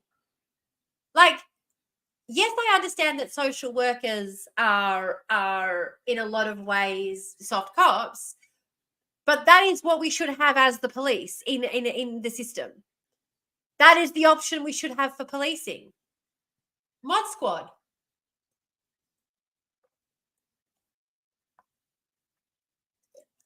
Because the other thing as well is that, like, police discretion is a thing, right? So if you replace police with social workers get less discretion at their jobs. They have a lot more box ticky type stuff that they have to do. If you instead gave them the funding and gave them the powers of police and discretion to do their stuff, they have the knowledge, they have the training, they have the ability to handle situations then and there, rather than having to refer things to the criminal justice system to be dealt with.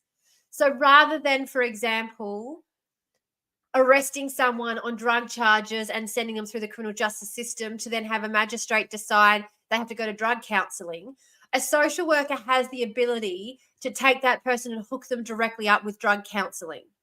So it's the same outcome without the stigma and without the layer of the criminal justice system put over the top. So yes, it's still soft cop. It's still the same. This is what people don't seem to understand as well. They're like, you just want people to get away with crimes. No, we're going for the same outcome, but without the stigma, without the armed wing of the state, without the threat of death, without the risk of being attacked and killed by the armed wing of the state because you weren't behaving, quote unquote, normally enough, because that's what it usually comes down to. Like another autistic black boy in the US died recently because being autistic and black is a death sentence in the US. It's a death sentence. So increased policing is not the answer to make a very large portion of the community, including people who have different needs, including people with autism, including people with other invisible disabilities. Having more police presence is not the thing to make them feel safer.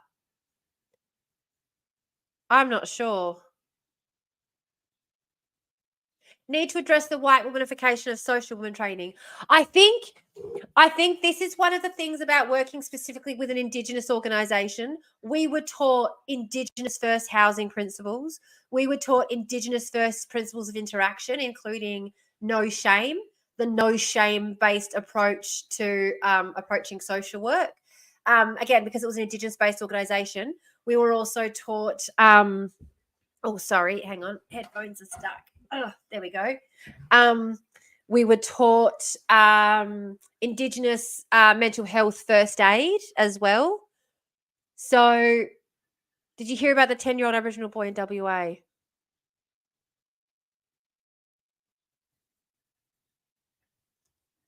Yeah, because the normal people are the one being dangerous. Sorry, I need to stop doing that. Because the danger doesn't come from our behavior.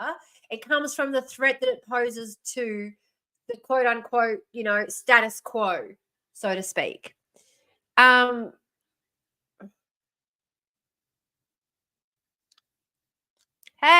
Josie Wuzzy Fuzzy. Oh, yes, I did. I did hear about the young boy in state care who decided to unfortunately take his own life. We have had, in the region where I am, we have had 4 youth suicides in the last 12 months. All a bit older than this boy. It's always very, very shocking when they're so young. But again, it's just another sign of the issues that we have with not having access to adequately trained mental health care providers in this state. I think one of the big differences that having been raised by a mum who wanted us to present white for safety reasons, for protective reasons. Like my mum was terrified of us being taken, and so she always fought to make sure we presented white. But I still lived in a black community. Like I still grew up in Alice Springs, or still born in Kununurra, still live in an Indigenous community now. Is that you get very good at code switching, and I know that I've seen a lot of American, Black Americans people talk about code switching and how they do it. And so even accessing services and things hasn't ever really been too difficult for me because of that code switching ability. I have the ability to recognize what they need me to say or what they want me to say, or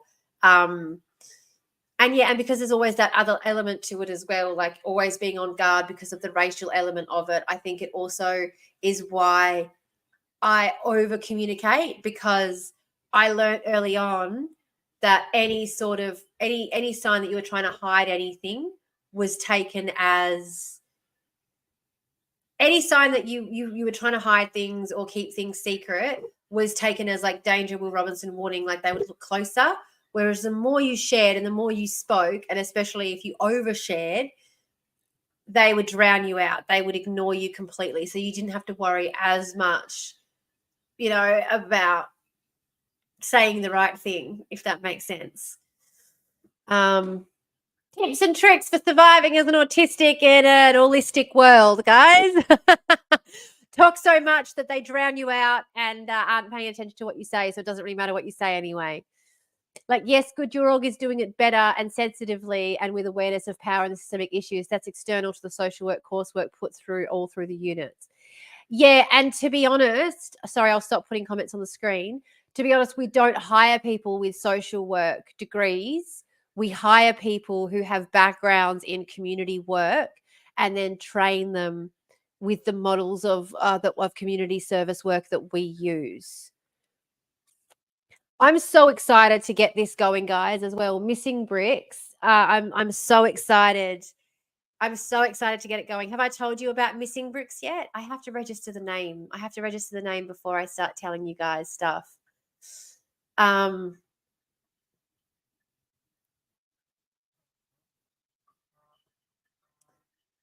Yeah, it's fucked up that the first response is to pull a gun, and it shouldn't be that way. Absolutely. That's key for my thing I'm trying to say. Yeah. Replacing cops with social workers with the state of social work coursework and training currently, I don't know how solving that is. The thing is, it's not about solving the problem. It's about taking a big, giant step down.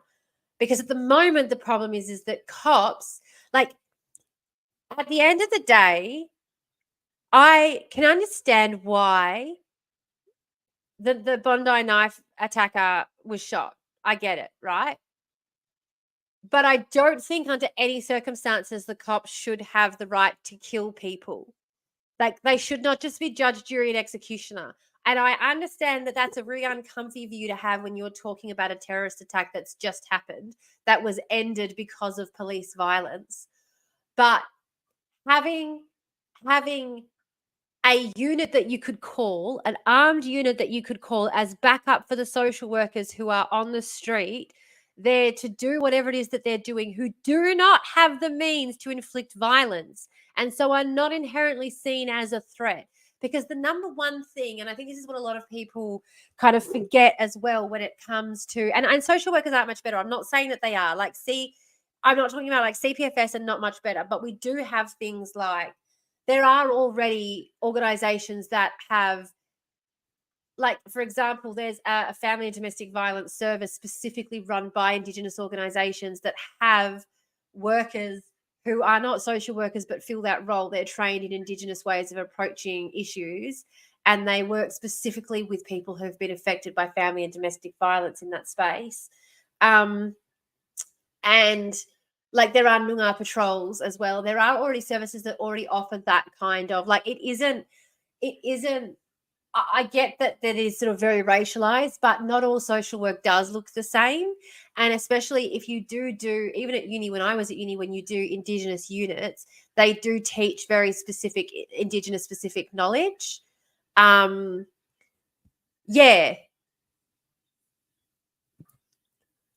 absolutely. Yeah, absolutely. And the thing is, though, I do think that it is actually, in terms of communication And this is why I kind of will say, no, even before we address the issues, replace cops with social workers, because I think even just getting that far, especially for communities that have such an antagonistic relationship with the police, even just getting that far is such a massive step forward, and it's such a massive hurdle for people to get over.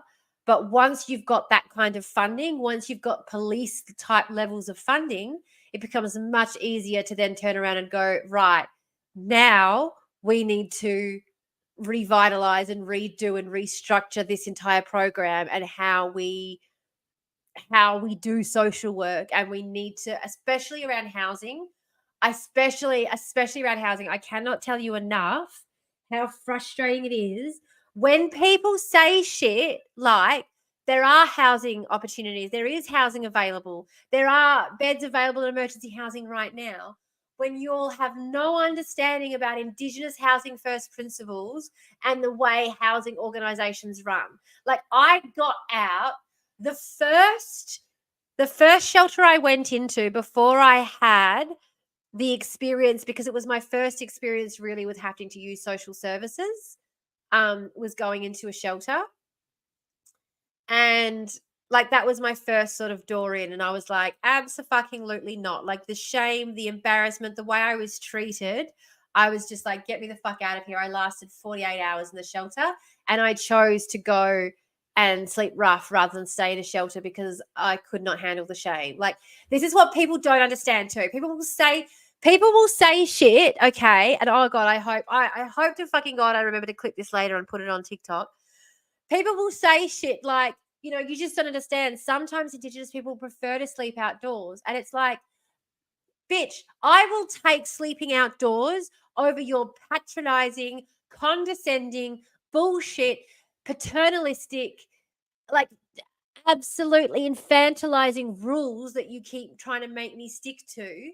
Like, fuck off with that bullshit. I will 100% take sleeping rough over that. Do not take me the wrong way, because my kids were staying at their dad's house full time. I was couch surfing or sleeping in my car. So at the uni, which had a shower at the uni, and I had access to, you know, private facilities and stuff there. So I was okay. All in all, I was okay until I was able to get a rental property in the area.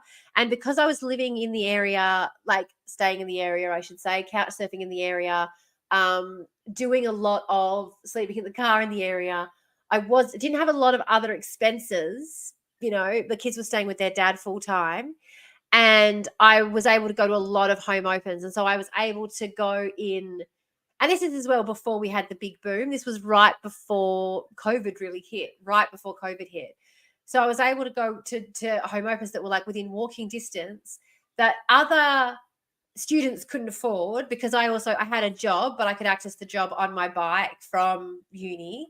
And I could park my car at my mate's house when I had work. So, you know, it was safe. But I had a job. Like I didn't have student visa restrictions, so I could work every night of the week. The kids were staying with their dad full time because I didn't have anywhere to stay. So I was picking up extra shifts all the bloody time. And then COVID hit, but I found a property by the time COVID hit, so I wasn't in the same sort of situation. But because I had the bond and everything already saved, and because I had a job, and because I was picking up all these extra shifts, when COVID hit, I was getting the payments because I had been earning so much money. So I was getting, like, my employer was saying to me as well, I was the only employee they had that had been working there long enough to get the COVID payments from them. So they set it all up just for me because I was the only employee who was going to benefit from it. Oh, I think that's dead. I'm not sure. I got a vacuum. But anyway, yeah. And so then I had this house. In a suburb right near uni. I was doing all my work and stuff at home online. I was also homeschooling the kids. Like, I was in such a great bloody position. So I went from sleeping rough to going into a shelter and going, no, fuck this, I'd rather sleep rough, sleeping rough, getting myself in a really good position through fucking tenacity and just like, refusing to give the fuck up, but also putting up with a whole lot of fucking shit. I might be a cunt, but I'm not a fucking cunt. No, you're a mad cunt. Absolutely. Made my kid watch a recording of their Good Vibes show last year. Sorry, I know I've been rambling. Sorry, guys. Those cheeky fuckers named their band after the issues as a brilliant nod.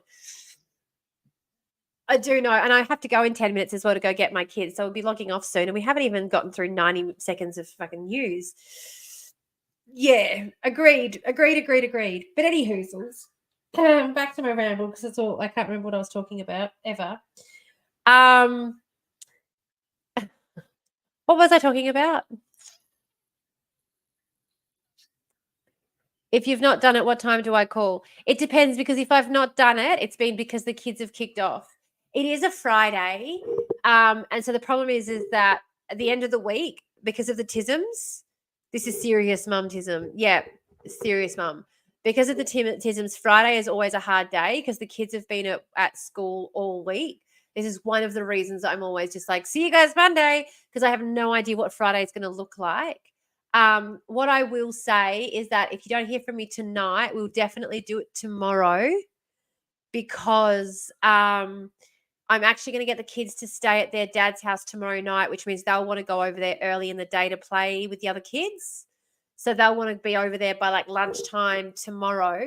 So by like 1 o'clock tomorrow, I'll be able to do it so that we're ready for the 24-hour stream. And then I'm going to have a nap. And then we are going to live stream everywhere for 24 hours straight to celebrate our Lord and Saviour, Enrimus. Yay! Yes, I'm so excited. I have my regular 2 p.m. hot date on Saturdays. That's okay. We can do it later. We can do it like 8 p.m. Anytime before midnight. The live stream is going to start at midnight for 24 hours. What the fuck? I used to build shit all weekend with my dad.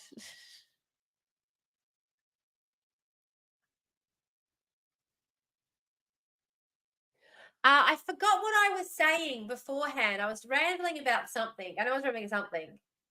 There's something happening. There's Festivus for the rest of us. Festivus for the rest of us, guys. This is the place to be on the 21st of April from midnight to midnight. I will be live streaming the entire day. I've been working on a little interlude video that I can pop up for when I do need to run off to the bathroom. And I'm like, be back in 5 minutes. Please don't leave me. And yeah, and I will leave the video running and I will nap right here for when I do need to nap. So that I can, that I can promise you. I'm going to try and appeal to some other TikTokers to come on and go live with me to try and make it more entertaining, make it more vibrant. I'm going to try and get a little calendar of things together. And I am working on a special background as well. So I've got a few different things happening. Ready for Sunday. I know I have been like, all of these backgrounds are new, so they all look impressive to you guys, but these ones will get old. I've got a special event background where I'm gonna have I'm working on something.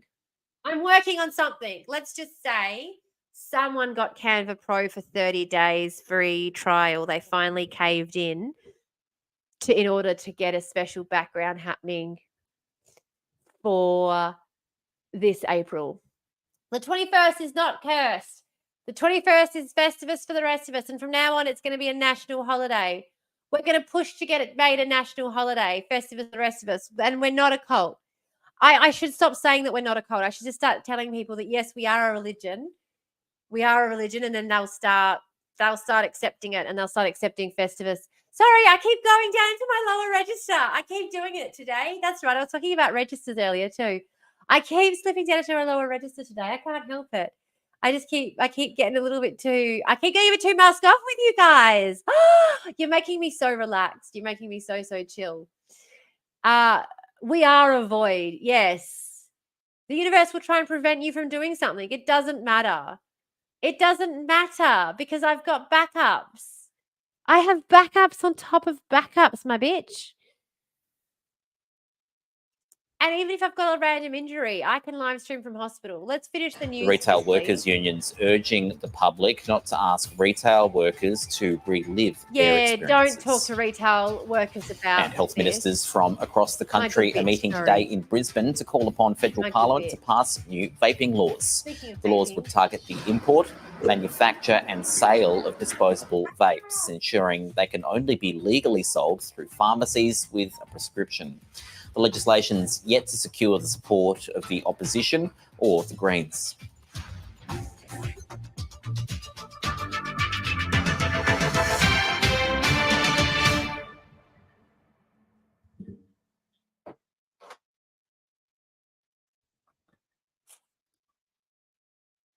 no.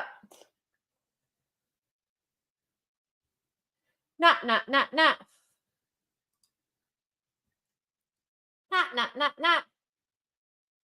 Now, this is what I wanted to watch. Actually, I thought we might come back on later. If the kids decide they're gonna, I don't know, like after they go to bed tonight, if I am up for it, maybe if we do a test down then, we'll see how we go. I might need to sleep. Look, at worst, you can all listen to my talk about typologies. I got a HD. Yay! Why weren't you happy with a high distinction? Isn't that the highest mark? Oh, yeah. Uni marking is absolutely utter shit. I can do later. Okay. Look, I mean, my Friday night was looking so busy. Fair enough. People have other things to do, other places to be. I don't mind. I will be in my pajamas. Hard science based coursework I did was so easy to mark. Yeah. I found the opposite. I found it very, very easy to get good marks in anything that was subjective because you just have to know. Again, it's like unlocking a code. I struggled with essay writing when I was younger, really struggled with it when I was in high school. I went to an essay writing talk, not even a talk. I went to this drop-in class when I first went to uni because I had the kids. And I said to this guy, look, I can't get my head around essay writing. And he goes, okay, imagine someone said to you, you're going to go on a journey and you're going to meet fairies, goblins, and ghouls. And you go on the journey and there's some mention of fairies, but there's like a big pitfall, big hole in the ground they didn't tell you about. No goblins or ghouls. And there was a massive mountain that you had to climb that they didn't warn you about either, and a lake. You'd kind of think this person had no idea what they were talking about. However, if you go to someone and they say to you, you're going to go on a mountain trek and you're going to pass a river, you're going to cross the river. Once you cross the river, you're going to get to a mountain. You're going to go up the mountain. There's going to be some fairies up the mountain. You can ignore them. No, okay. And then you go on that trek and that's everything that happens. You've got to think that this person's an expert. They know what they're talking about. So all you have to do is write a really good introduction and then take every point from your introduction and make your topic sentence a response to each of those things you brought up in your introduction, and your conclusion sentence for every paragraph an answer to the topic sentence. And then whatever evidence you give has also been referenced in your introduction, like you say, using this evidence. So whatever you like, literally, and you can write the introduction at the end. So once you've used all your evidence, you can go back and say, using this evidence, I will show these things to be true. But basically, you just want to make sure that everything you talk about in your essay is referenced in your introduction and answered in your conclusion, and that your intro and conclusion are basically a mini version. The essay is an expanded out version of your intro and conclusion, basically. And as soon as they explained it to me like that, and I could sort of like work it out and work out how it was basically just a copy paste, that's also how I learned how to get so good at essay writing. I realized that I think I worked out that 60% of the essay was just my thesis reworded in different ways, either as a question or as a conclusion. And so I'd come up with my thesis and I would write and I would fill in all this other detail. And then what I would do is I would get things that I'd written, I'd get statements that I made, and I would search the university website library for those statements to try and find supporting text that supported what I was saying. And then I would read through those texts and make sure they supported what I was saying. And I would copy those texts into the bibliography. And then I would use those texts to reference my statement. So I would write my idea first and then find the scholars who agreed with me, because I knew I wasn't coming up with anything new, right? You never are in your undergrad. You're not coming up with anything new. So I would write my ideas first and then go and find the material to back it up. Because it made doing my bibliography so much easier, because I was basically doing my bibliography at the same time I was finding my references. It would also help me reword things. Like I'd find ways that things had been worded. I'd be like, oh, that's worded so much better. I'm going to take that phrasing and put it in here and make it a direct quote, because it flows so much better. And you're allowed to do that. It's not plagiarism. Like I'm quoting them and showing where I got it from. So, stuff like that made the essay sound so much better as well. And yeah, just learning shortcuts like that. I kind of viewed it as art more than as science, if that makes sense. I really hope that my very low, I don't know. Anyway, whatever. Oh, hey, Amy. Oh, shit, it's working? Where and how? It's working the other way. It didn't for mine earlier, though. It's broken. I can't even see the comments on YouTube. Yeah, I know. Some of it is broken, but some of it's not. No, I can't see the comment on YouTube. I can see the comment through the Restream bot on Twitch. The Restream bot has streamed it from YouTube onto Twitch. How funny.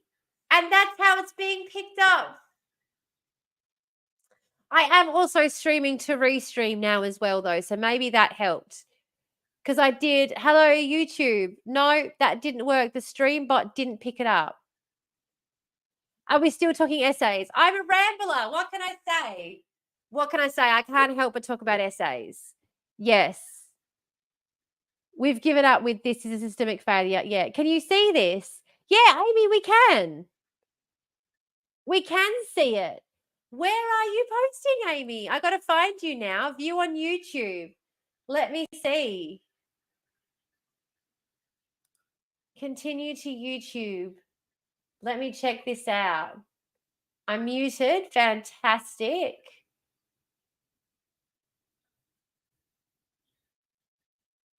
I can't see it here either on YouTube. How is this happening? How is this happening? I don't understand. Amy, how is this happening? This is so trippy. I can see Amy's direct comments now. Oh, shit, it's working now. It's on the chat. I know it's on the chat. But I can't see it still. Hang on. Amy, you fixed it. Your very presence has fixed it.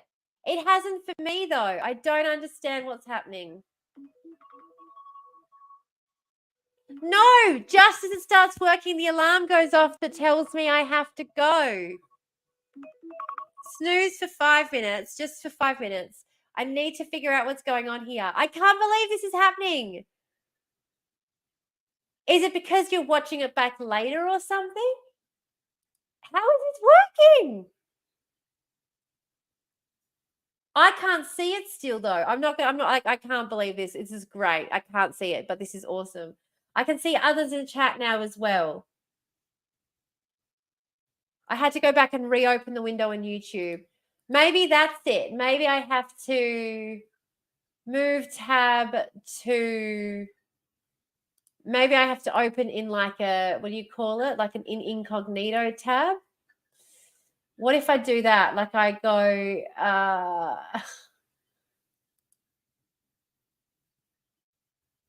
yay, Solvent, still not showing off the follower alert. Boo. But so much Solvent. I know. I've been working hard to solve these problems, Emery. I've been working hard. I knew you'd be proud of me. I've got so many of the issues solved. I do think I'm going to use the everyday. Yeah, I don't know. We'll see what we did. You do so well. Yay! So the original open live window didn't work, but when I went back and go to stream, it worked. Okay, let me see if I go view on YouTube and I go continue to YouTube.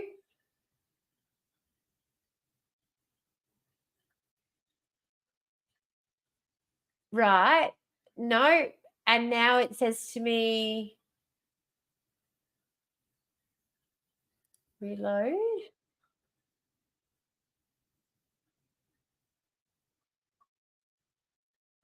I mean, no. No, wait. No way.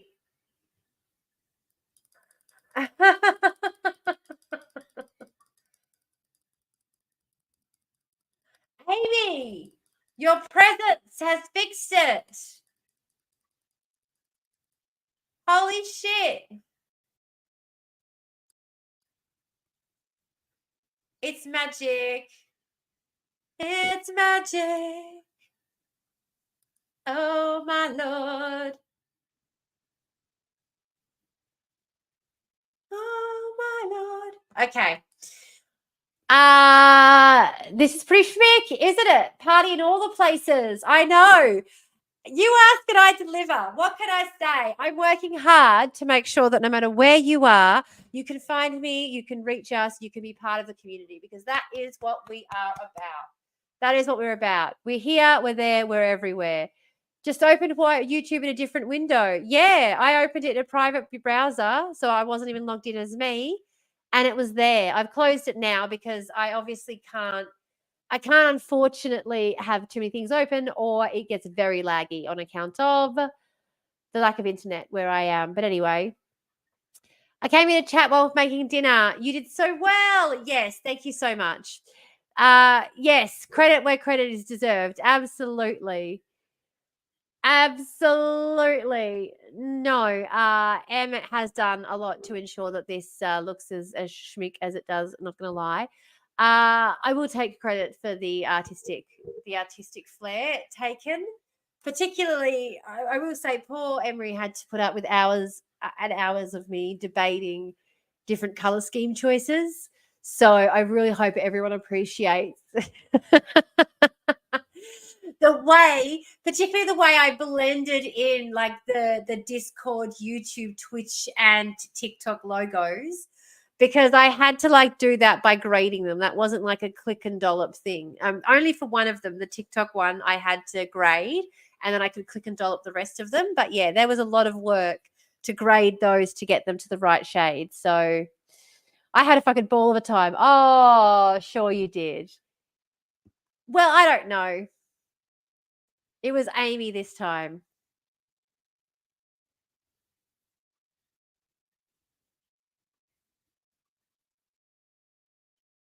Yeah.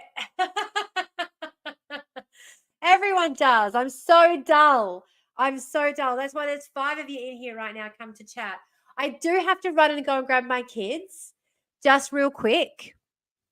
I do apologize to leave you all hanging, especially when we just got this all working. I'm so happy with the way this is looking right now. I will actually, I think, yeah, let's come on later tonight. Let's say like in 5 hours, we'll meet back here. Like and subscribe, join the Discord. Link down below to join the Ko-fi to find out how to join the Discord. I'm not allowing people to join for free anymore either, unless we know them and they come and hang out in the chat. It's $1. Like, so it's $1 and you can join the Discord. Like, yeah, I'm gonna gatekeep a little bit because we had a few trolls that I had to kick out. So I'm gonna gatekeep a little bit. I did say as soon as we had trolls, I was gonna gatekeep, and I feel like $1 is not that much. And you can just kind of like, anyone who is willing to pay $1, you just kind of go, okay, you're allowed in now. You don't have to pay anymore. But you know what I mean? It's like that first little bit, just be like, no, we're testing to make sure that you're not a troll. But any hoozles, I'm going to use the everyday filter, the one that I'm going to use more often next time. This one is my interview filter. So whenever I have someone I'm interviewing, I'm going to be talking to about something. I might actually make our windows a bit bigger though, and make Or maybe I'll condense the chat. If I condense the chat, I can also make it bigger. But it might be harder to see who's commenting if I condense it. What do you reckon? Or what if I just change the contrast? I'll change the text. Maybe I'll do that. Change the background to brown. That's like an easy fix. I've already done that in other places. Yeah, the Minotaur actually has a job for a reason, collecting those coins to keep us safe. Absolutely. I like that I do have to look over this side when I'm reading the chat, though. It is good. Felt a bit sus because the name was similar to a troublemaker on TikTok. Yeah.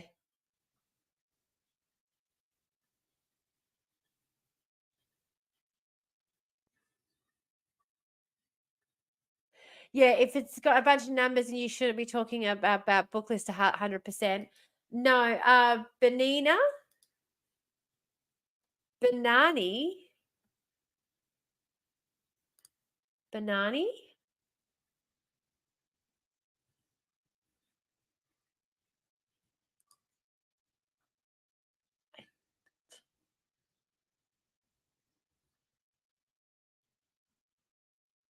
The banana of Ban.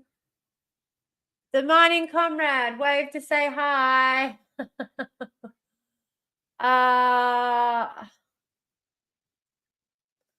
I can't tell who you're talking about. Let me see. They won't have a green name, will they?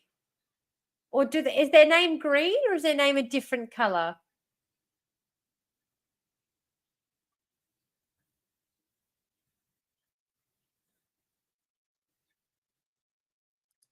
I'll send you a message. Yeah, okay. Doree, I did catch the joke that your username is just numbers and you do the book list. Yeah, yeah. Sorry, Kim. I did think it was you until someone mentioned a username. And then I was like, oh, are we talking about someone in particular, are we? Kim found it. Okay. Do they have a yellow username or do they have a